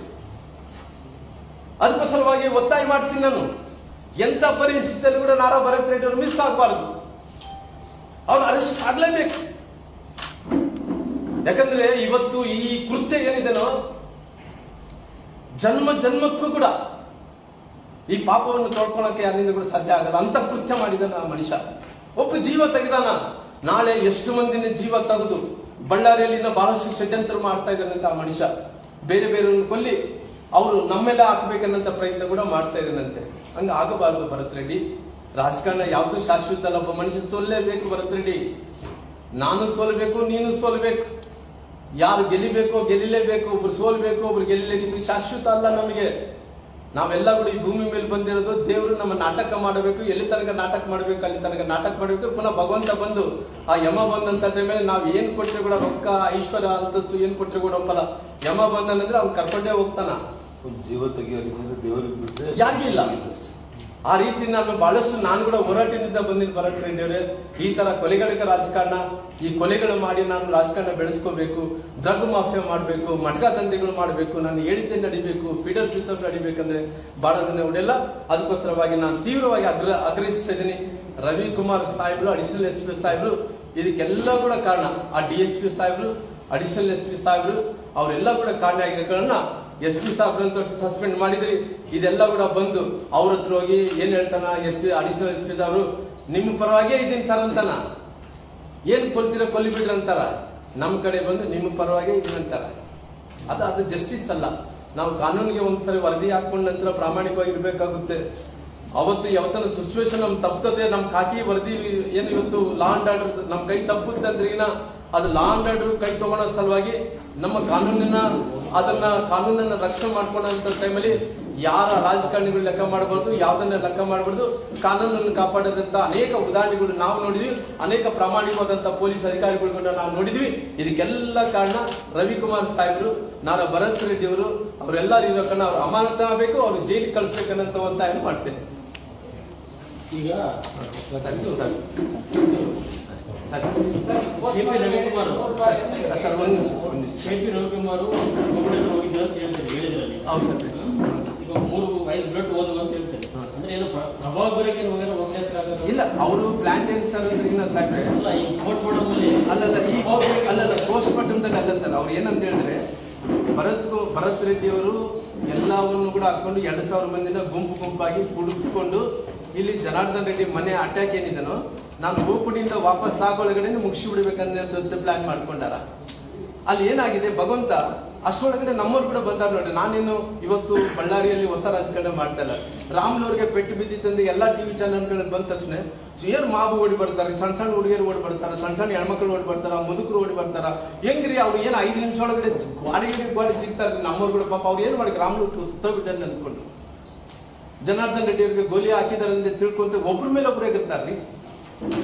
ಅಂತ ಟೈಮಲ್ಲಿ ಮಾವು ಬಂದಿತ್ತು. ಅಂತ ಟೈಮಲ್ಲಿ ಅವರು ಅಡಿಷನಲ್ ಎಸ್ ಪಿ ಸರ್ ನನ್ಗೆ ಇನ್ನೊಂದು ಏನು ಕಿವಿಯಾಗಿ ಕೇಳ್ತಂದ್ರೆ, ಅಡಿಷನಲ್ ಎಸ್ ಪಿ ಸರ್ ಬಂದ ತಕ್ಷಣ ನನ್ಗೆ ಏನೋ ಹೇಳಿದ್ರು, ಇಷ್ಟೊಂದು ಗಲೀಬಾಗಿದ್ದೀರಿ, ಏನ್ರಿ ನೀವೆಲ್ಲ ಕೂಡ ಕಂಟ್ರೋಲ್ ಮಾಡಕ್ಕಲ್ಲ ಅಂದ್ರೆ ನೀವೇ ಕಳಿಸಿದಿರಲ್ಲಿ ನನ್ನ ಒಬ್ಬರಿಗೆ ಅಂತಾರೆ. ಅದು ನೆನಪೈತಿಲ್ಲ ಜನಾರ್ದನ್ ರೆಡ್ಡಿ ಗೊತ್ತಿಲ್ಲ. ಇಲ್ಲಿಗೆ ನೀವೇ ಕಳಿಸಿದ್ದು, ಅಕಸ್ಮಿತವಾಗಿ ನಾನು ಎಲ್ಲಿದ್ದರಿಗೆ ಆಗ್ತಿದ್ದಿಲ್ಲ ಅಂತ ನೋಡ್ರಿ. ನೀನ್ ಬಂದಿರೋದೇ ಲೇಟಾಗಿ ಬಂದಿ. ನಿನ್ನ ಮನೆಗೆ ಘಟನೆಗೆ ಆದಂತ ಪ್ಲೇಸ್ 1 ಕಿಲೋಮೀಟರ್ ಒಳಗಡೆ ಇದ್ರಿ. ನೀವು ಮನಸ್ಸು ಮಾಡಿದ್ರೆ ಇದು ಘಟನೆ ಆಗಿದ್ದು 7 ಗಂಟೆ ಪಾಸ್ ನಡೀತಾ ಇತ್ತು. ನೀವು ಬಂದಿರೋದು ಎಷ್ಟು ಗಂಟೆಗೆ ಬಂದಿರಿ? 9-9:30 ಬಂದಿರಿ. 9:30 ಬಂದ ತಕ್ಷಣ ಅವ್ರು ಬರ್ತಾ ಇದಾರ MLA ಸಾಬ್ರ ಅಂದ ತಕ್ಷಣ ನನ್ನ ಮೇಲೆ ಎಲ್ಲಿ ಬರುತ್ತೆ ನೀವು ತಪ್ಪಿಸ್ಕೊಂಡು ಕಾಲ್ ಕೆರ್ಕೊಂಡು ಒಪ್ಪಿಗೆ ಹೊಂಟೋಗ್ಬಿಟ್ರಿ. ಅವ್ರಿಗೆ ಹೇಳಿದ್ರೆ ನೀವು ಮುಗಿಸ್ಬಿಟ್ರಿ ಅಂತೇಳಿ. ಇವೆಲ್ಲ ಕೂಡ ಗೊತ್ತಾಯ್ತದ ರಮೇಶ್ ಕುಮಾರ್ ಸಾಬ್ರೆ. ನೀವು ಕಣ್ಮುಚ್ಕೊಂಡು ಬೇಕು ಹಾಲು ಕುಡಿತಂದ್ರೆ ಯಾರಿಗೆ ಗೊತ್ತಾಗಲ್ಲ ಅಂತ ತಿಳ್ಕೊಬೇಡಿ ಸಾಬ್ರೆ. ನಾವು ಕೂಡ ಎಕ್ಸ್ಪೀರಿಯನ್ಸ್ ಇದ್ವಿ. ನೀವೇನು ರಾಜಕಾರಣ ನೋಡ್ಕೊಂಡು ನೀವೆಲ್ಲ ಮುಖ್ಯಮಂತ್ರಿಗಳು ನೋಡ್ಕೊಂಡು ಬಂದಿಗೋ, ನಾನು ಕೂಡ ಒಂದೇ ಸಾರಿ ಬಂದಂತವಲ್ಲ, ನಾನು ಕೂಡ ಎಲ್ಲ ನೋಡಿದ್ದಾವೆ. ಇವತ್ತಿಲ್ಲ ನಾಳೆ ಅವತ್ತಂತೂ ನೀನು ಬೇರೆ ಬೇರೆ ಕಾರಣಗಳಿಂದ ತಪ್ಪಿಸ್ಕೊಂಡಿದ್ದೆ. ನೀವು ಕೂಡ CBIಗೆ ಇವತ್ತು ನಾವು ಒತ್ತಾಯ ಮಾಡ್ತಾ ಇದ್ವಿ. ಭಾರತೀಯ ಜನತಾ ಪಾರ್ಟಿನ ನಮ್ಮ ಅಧ್ಯಕ್ಷರಂತ ಸನ್ಮಾನ್ಯ ವಿಜೇಂದ್ರ ಅವರು ಕೂಡ ಒತ್ತಾಯ ಮಾಡಿದಾರ, ಜನಾರ್ದನ್ ರೆಡ್ಡಿ ಅವರು ಕೂಡ ಒತ್ತಾಯ ಮಾಡಿದಾರ, ನಮ್ಮ ಹಿರಿಯ ನಾಯಕರೆಲ್ಲರೂ ಕೂಡ CBI ಕೊಡ್ಬೇಕನ್ನೋ ಒತ್ತಾಯ ಮಾಡಿದಾರ. CBI ಕೊಟ್ಟಂತ ಟೈಮಲ್ಲಿ ನೀವು ಯಾವ ರೀತಿಯಲ್ಲಿ ಅಂತ್ಯ ಸಂಸ್ಕಾರ ಮಾಡಿರೋದು ಗೊತ್ತಾಗುತ್ತೆ, ಯಾವ ರೀತಿಯಲ್ಲಿ ಪೋಸ್ಟ್ ಮಾರ್ಟಮ್ ಮಾಡಿರೋದು ಗೊತ್ತಾಗುತ್ತೆ, ಯಾರು ಪೆಟ್ರೋಲ್ ಬಾಂಬ್ಗಳು ಹಾಕಿದ್ದು ಗೊತ್ತಾಗುತ್ತೆ, ಎಲ್ಲೆಲ್ಲಿ ಕುಡಿದಿದ್ರಿ, ಯಾವ್ಯಾವ ವೆಪನ್ಸ್ ಇಟ್ಕೊಂಡಿದ್ರಿ ಗೊತ್ತಾಗುತ್ತೆ. ಇವತ್ತು ವೆಪನ್ಸ್ ಕುಡಿದಂತ ಯಾವ್ಯಾವ ಬುಲೆಟ್ಗಳು, ಯಾವ್ಯಾವ ನೀವು ಇವತ್ತು ಎಷ್ಟು ಮಂದಿ ಅರೆಸ್ಟ್ ಮಾಡಿದ್ರಿ, ನಮ್ಮೂರು ಎಷ್ಟು ಮಂದಿನ ಸುಮಾರಾಗಿ ಬಿಜೆಪಿ 14 ಮಂದಿ ಮಾಡಿದ್ರಿ, 12 ಮಂದಿ ಕಾಂಗ್ರೆಸ್ ಅವರು ಮಾಡಿದ್ರಿ. ಇವತ್ತು ಸುಮಾರಾಗಿ ಹತ್ತತ್ರ 4 ಪಿಸ್ತೂಲ್ನ ನೀವು ಸ್ವಾಧೀನ ಪಡಿಸ್ಕೊಂಡಿದ್ರಿ. ಒಂದು ದೊಡ್ಡ ಗನ್ನು ಅಂದ್ರೆ ಈ ಬಂದೂಕು ಅದನ್ನ ನೀವು ಸ್ವಾಧೀನ ಪಡಿಸ್ಕೊಂಡಿದ್ರಿ. ನಮ್ಮ ಹತ್ರ ಇವತ್ತು ಇಲ್ಲಿ ತನಕ ಗುಂಡುಗಳು ಸಿಕ್ಕಿರೋದು 10 ಗುಂಡುಗಳು ಸಿಕ್ಕಿದ್ವು. 10 ಗುಂಡುಗಳು ಸಿಕ್ಕಿದ ನಂತರ ಇನ್ನ ಇವತ್ತು ಕೂಡ ಕೆಲವೊಂದು ಗುಂಡುಗಳು ಸಿಕ್ಕಿದಾವ. ಇವತ್ತು 2 ಗುಂಡುಗಳು ಸಿಕ್ಕಿದಾವ.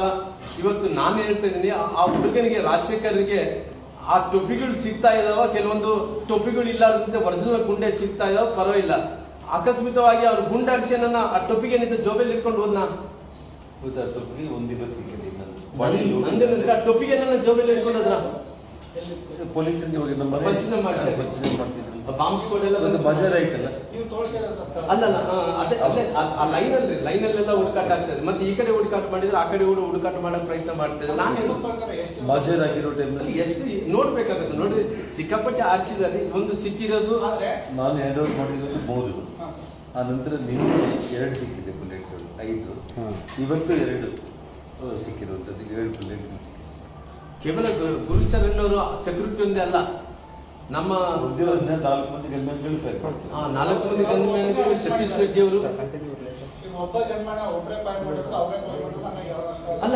ಅವ್ರು ನಾವೇನ್ ಹೇಳ್ತೀನಿ, ಅವ್ರ ದೇಹದಲ್ಲಿ ಇನ್ನ ಬುಲೆಟ್ ಇದಾವ, ಅದಕ್ಕೆ ಸುಟ್ಟು ಬಿಟ್ಟಿರೋದು. ಹಿಂಗೆಲ್ಲ ಮಾಡಿ ಇವತ್ತಿನ ಪ್ರಾಮಾಣಿಕರಿರ್ತಾರ ನೋಡ್ರಿ. ಈ ಚಾಪ್ಟರ್ 6 ಚಾಪ್ಟರ್ ಅಲ್ಲಿ ಬರೀತಾರೆ, ಏನ್ ಬರೀತಾರೆ 6 ಚಾಪ್ಟರ್ ಅಲ್ಲಿ ಎಲ್ಲ ಕೊಡ್ತಾರೆ. ಇದೆಲ್ಲ ಫೋಟೋಗಳೆಲ್ಲ ನೋಡಿಸ್ತೀನಿ. 6 ಚಾಪ್ಟರ್ ನಾನು ಓದ್ತೀನಿ ನೋಡ್ರಿ. ಇದೆಲ್ಲ ನೋಡಿದಂತ ಟೈಮಲ್ಲಿ ಆ 6 ಚಾಪ್ಟರ್ ಓದ್ತೀನಿ ನೋಡ್ರಿ. 6 ಚಾಪ್ಟರ್ ದಲ್ಲಿ ಹಿಂಗ್ ಬರೀತಾರೆ. 6ನೇ ಬೇಡಿಕೆಯಲ್ಲಿ 6ನೇ ಇದರಲ್ಲಿ ಜನಾರ್ದನ್ ರೆಡ್ಡಿ ಅವರು ಮನೆ ಕಾಂಪೌಂಡ್ ಒಳಗಿನಿಂದ ಬಂದೂಕುಗಳಿನಿಂದ ಗುಂಡುಗಳನ್ನು ಶಾಸಕರು ಗುರಿ ಮಾಡಿಕೊಂಡು ಅವ್ರ ಗುಂಡುಗಳು ಹಾರಿಸಿದ್ರು ಅಂತ ಹೇಳಿದಾರೆ. ಅದನ್ನು ಕಂಡು ಕಾಂಗ್ರೆಸ್ ಕಾರ್ಯಕರ್ತರು ಆತಂಕಗೊಂಡರು. ಬಹಳಷ್ಟು ಜನರು ಕೆಳಗೆ ಬಿದ್ದರು. ತಮ್ಮ ಪ್ರಾಣವನ್ನು ಕಾಪಾಡಿಕೊಳ್ಳುವ ಸಲುವಾಗಿ ಚದುರಿದರು. ಶಾಸಕರ ಕಡೆ ಬರುವ ಹಲವಾರು ಬಿಜೆಪಿ ಗುಂಡಗಳು ಕಾಂಗ್ರೆಸ್ ಕಾರ್ಯಕರ್ತರ ಮೇಲೆ ನಮ್ಮ ಮೇಲೆ ಷಡ್ಯಂತ್ರ ಕಲ್ಲು ತೂರಾಟವನ್ನು ಅಷ್ಟರಲ್ಲೇ ಪೊಲೀಸರು ಮಧ್ಯಪ್ರವೇಶಿಸಿ ರಕ್ಷಣೆ ನೀಡಿದ್ದಾರೆ. ಆದರೂ ಸಹ ಬಿಜೆಪಿ ಗುಂಡಗಳು ನಿರಂತರವಾಗಿ ದಾಳಿ ನಡೆಸಿದ್ದಾರೆ. ಹಲವಾರು ಮಂದಿ ಕಾಂಗ್ರೆಸ್ ಕಾರ್ಯಕರ್ತರು ಡೊಳ್ಳೆಗಳಿಂದ ಬಡಿಗಳಿಂದ ಬಂದು ನಮಗೆ ಗಾಯಗೊಳಿಸಿದ್ದಾರೆ. ಕಲ್ಲುಗಳು ತೂರಾಟ ಮಾಡಿದ್ದಾರೆ. ಗುಂಡಗಳು ಎಲ್ಲ ಕೂಡ ನಮ್ಮ ಮೇಲೆ ಕಾಂಗ್ರೆಸ್ ಕಾರ್ಯಕರ್ತರ ಮೇಲೆ ಬಿದ್ದು ಪ್ರಾಣವನ್ನು ಕೂಡ ನಾವು ಕಾಪಾಡಿಕೊಂಡಂತ ಸ್ಥಿತಿಯಲ್ಲಿ ಇದ್ದಿಲ್ಲ. ನಮ್ಮನ್ನು ಪ್ರಾಣ ತಗೊಂತ ಕೆಲಸ ಮಾಡಿದ್ರು ಅಂತ ಹೇಳಿದ್ರು. ಅಷ್ಟರೊಳಗಡೆ ನಾರಾ ಭರತ್ ರೆಡ್ಡಿ ಶ್ರೀಕೃಷ್ಣ ಪರಮಾತ್ಮ ತರ ಅವ್ರು ಬಂದ್ರು, ನಮ್ಮನ್ನೆಲ್ಲ ಕೂಡ ಕಾಪಾಡಿದ್ರು ಅನ್ನೋ ರೀತಿಯಲ್ಲಿ 9:10 ಕಾಲದಲ್ಲಿ ಕೊಡ್ತಾರೆ. ನೋಡ್ರಿ ಎಷ್ಟು ನಾಟಕ ಕಂಪನಿ, ನೋಡ್ರಿ ಎಷ್ಟು ನಾಟಕ ಅಂದ್ರೆ ಸೇಮ್ ನೋಡ್ರಿ, ಸೇಮ್ ಸಿನಿಮಾ ಸಾಕ್ಷಿ ಸೇಮ್ ನಾಟಕ ಕಂಪನಿ ತರ ನೋಡ್ರಿ. ಅವ್ರು ಯಾವ ರೀತಿಯಲ್ಲಿ ಏನು ಎತ್ತ ಎಲ್ಲ ನಾಟಕ ಕಂಪನಿ ತರ ಸಿನಿಮಾ ಅನ್ಕೊಂಡ್ಬಿಟ್ಟಾರ್ರಿ. ಈ ಸಿನಿಮಾ ತರ ಏನು ಇವತ್ತು 3 ಗಂಟೆ ಒಳಗೆ ಸಿನಿಮಾ ಮುಗಿತದ ನೋಡ್ರಿ, ಹಂಗ ಅನ್ಕೊಂಡ್ಬಿಟ್ಟಾರ. ಜೀವನ ಹಂಗ ಮುಗಿಯಲ್ರಿ. ನಿಮ್ಮ ಪ್ರತಿಯೊಂದು ಜೀವನ ಏನಿದೆನೋ ಇವತ್ತಿನಿಂದ ನೀವು ನೆನ್ಪಿಡ್ಕೊಳ್ರಿ. ನೀವೇನ್ ಇದನ್ನ ಸುಳ್ಳನ್ನು ಸತ್ಯ ಮಾಡ್ಬೇಕಂದ್ರೆ ಹೊಂಟಿರಲ್ಲ, ಪ್ರತಿಯೊಂದು ಮಿನಿಟ್ ನಿಮ್ಮನ್ನು ಕಾಡ್ತೀವಿ ನಾವು. ಪ್ರತಿಯೊಂದು ಮಿನಿಟ್ ನಾವು ಏನು ಕಾನೂನು ಪ್ರಕಾರ ನಾವೇನು ನಿಮ್ಮನ್ನ ಇದನ್ನ ಈ ರೀತಿಯಲ್ಲಿ ಪ್ರೂವ್ ಮಾಡ್ಬೇಕು ಅಂತ ಎಲ್ಲ ದಾಖಲಾತಿ ನಮ್ಮ ಹತ್ರ ಇದಾವ. ನಾನು ಎಲ್ಲಿ ಸಬ್ಮಿಟ್ ಮಾಡ್ಬೇಕು ಅಲ್ಲಿ ಮಾಡ್ತೇನೆ.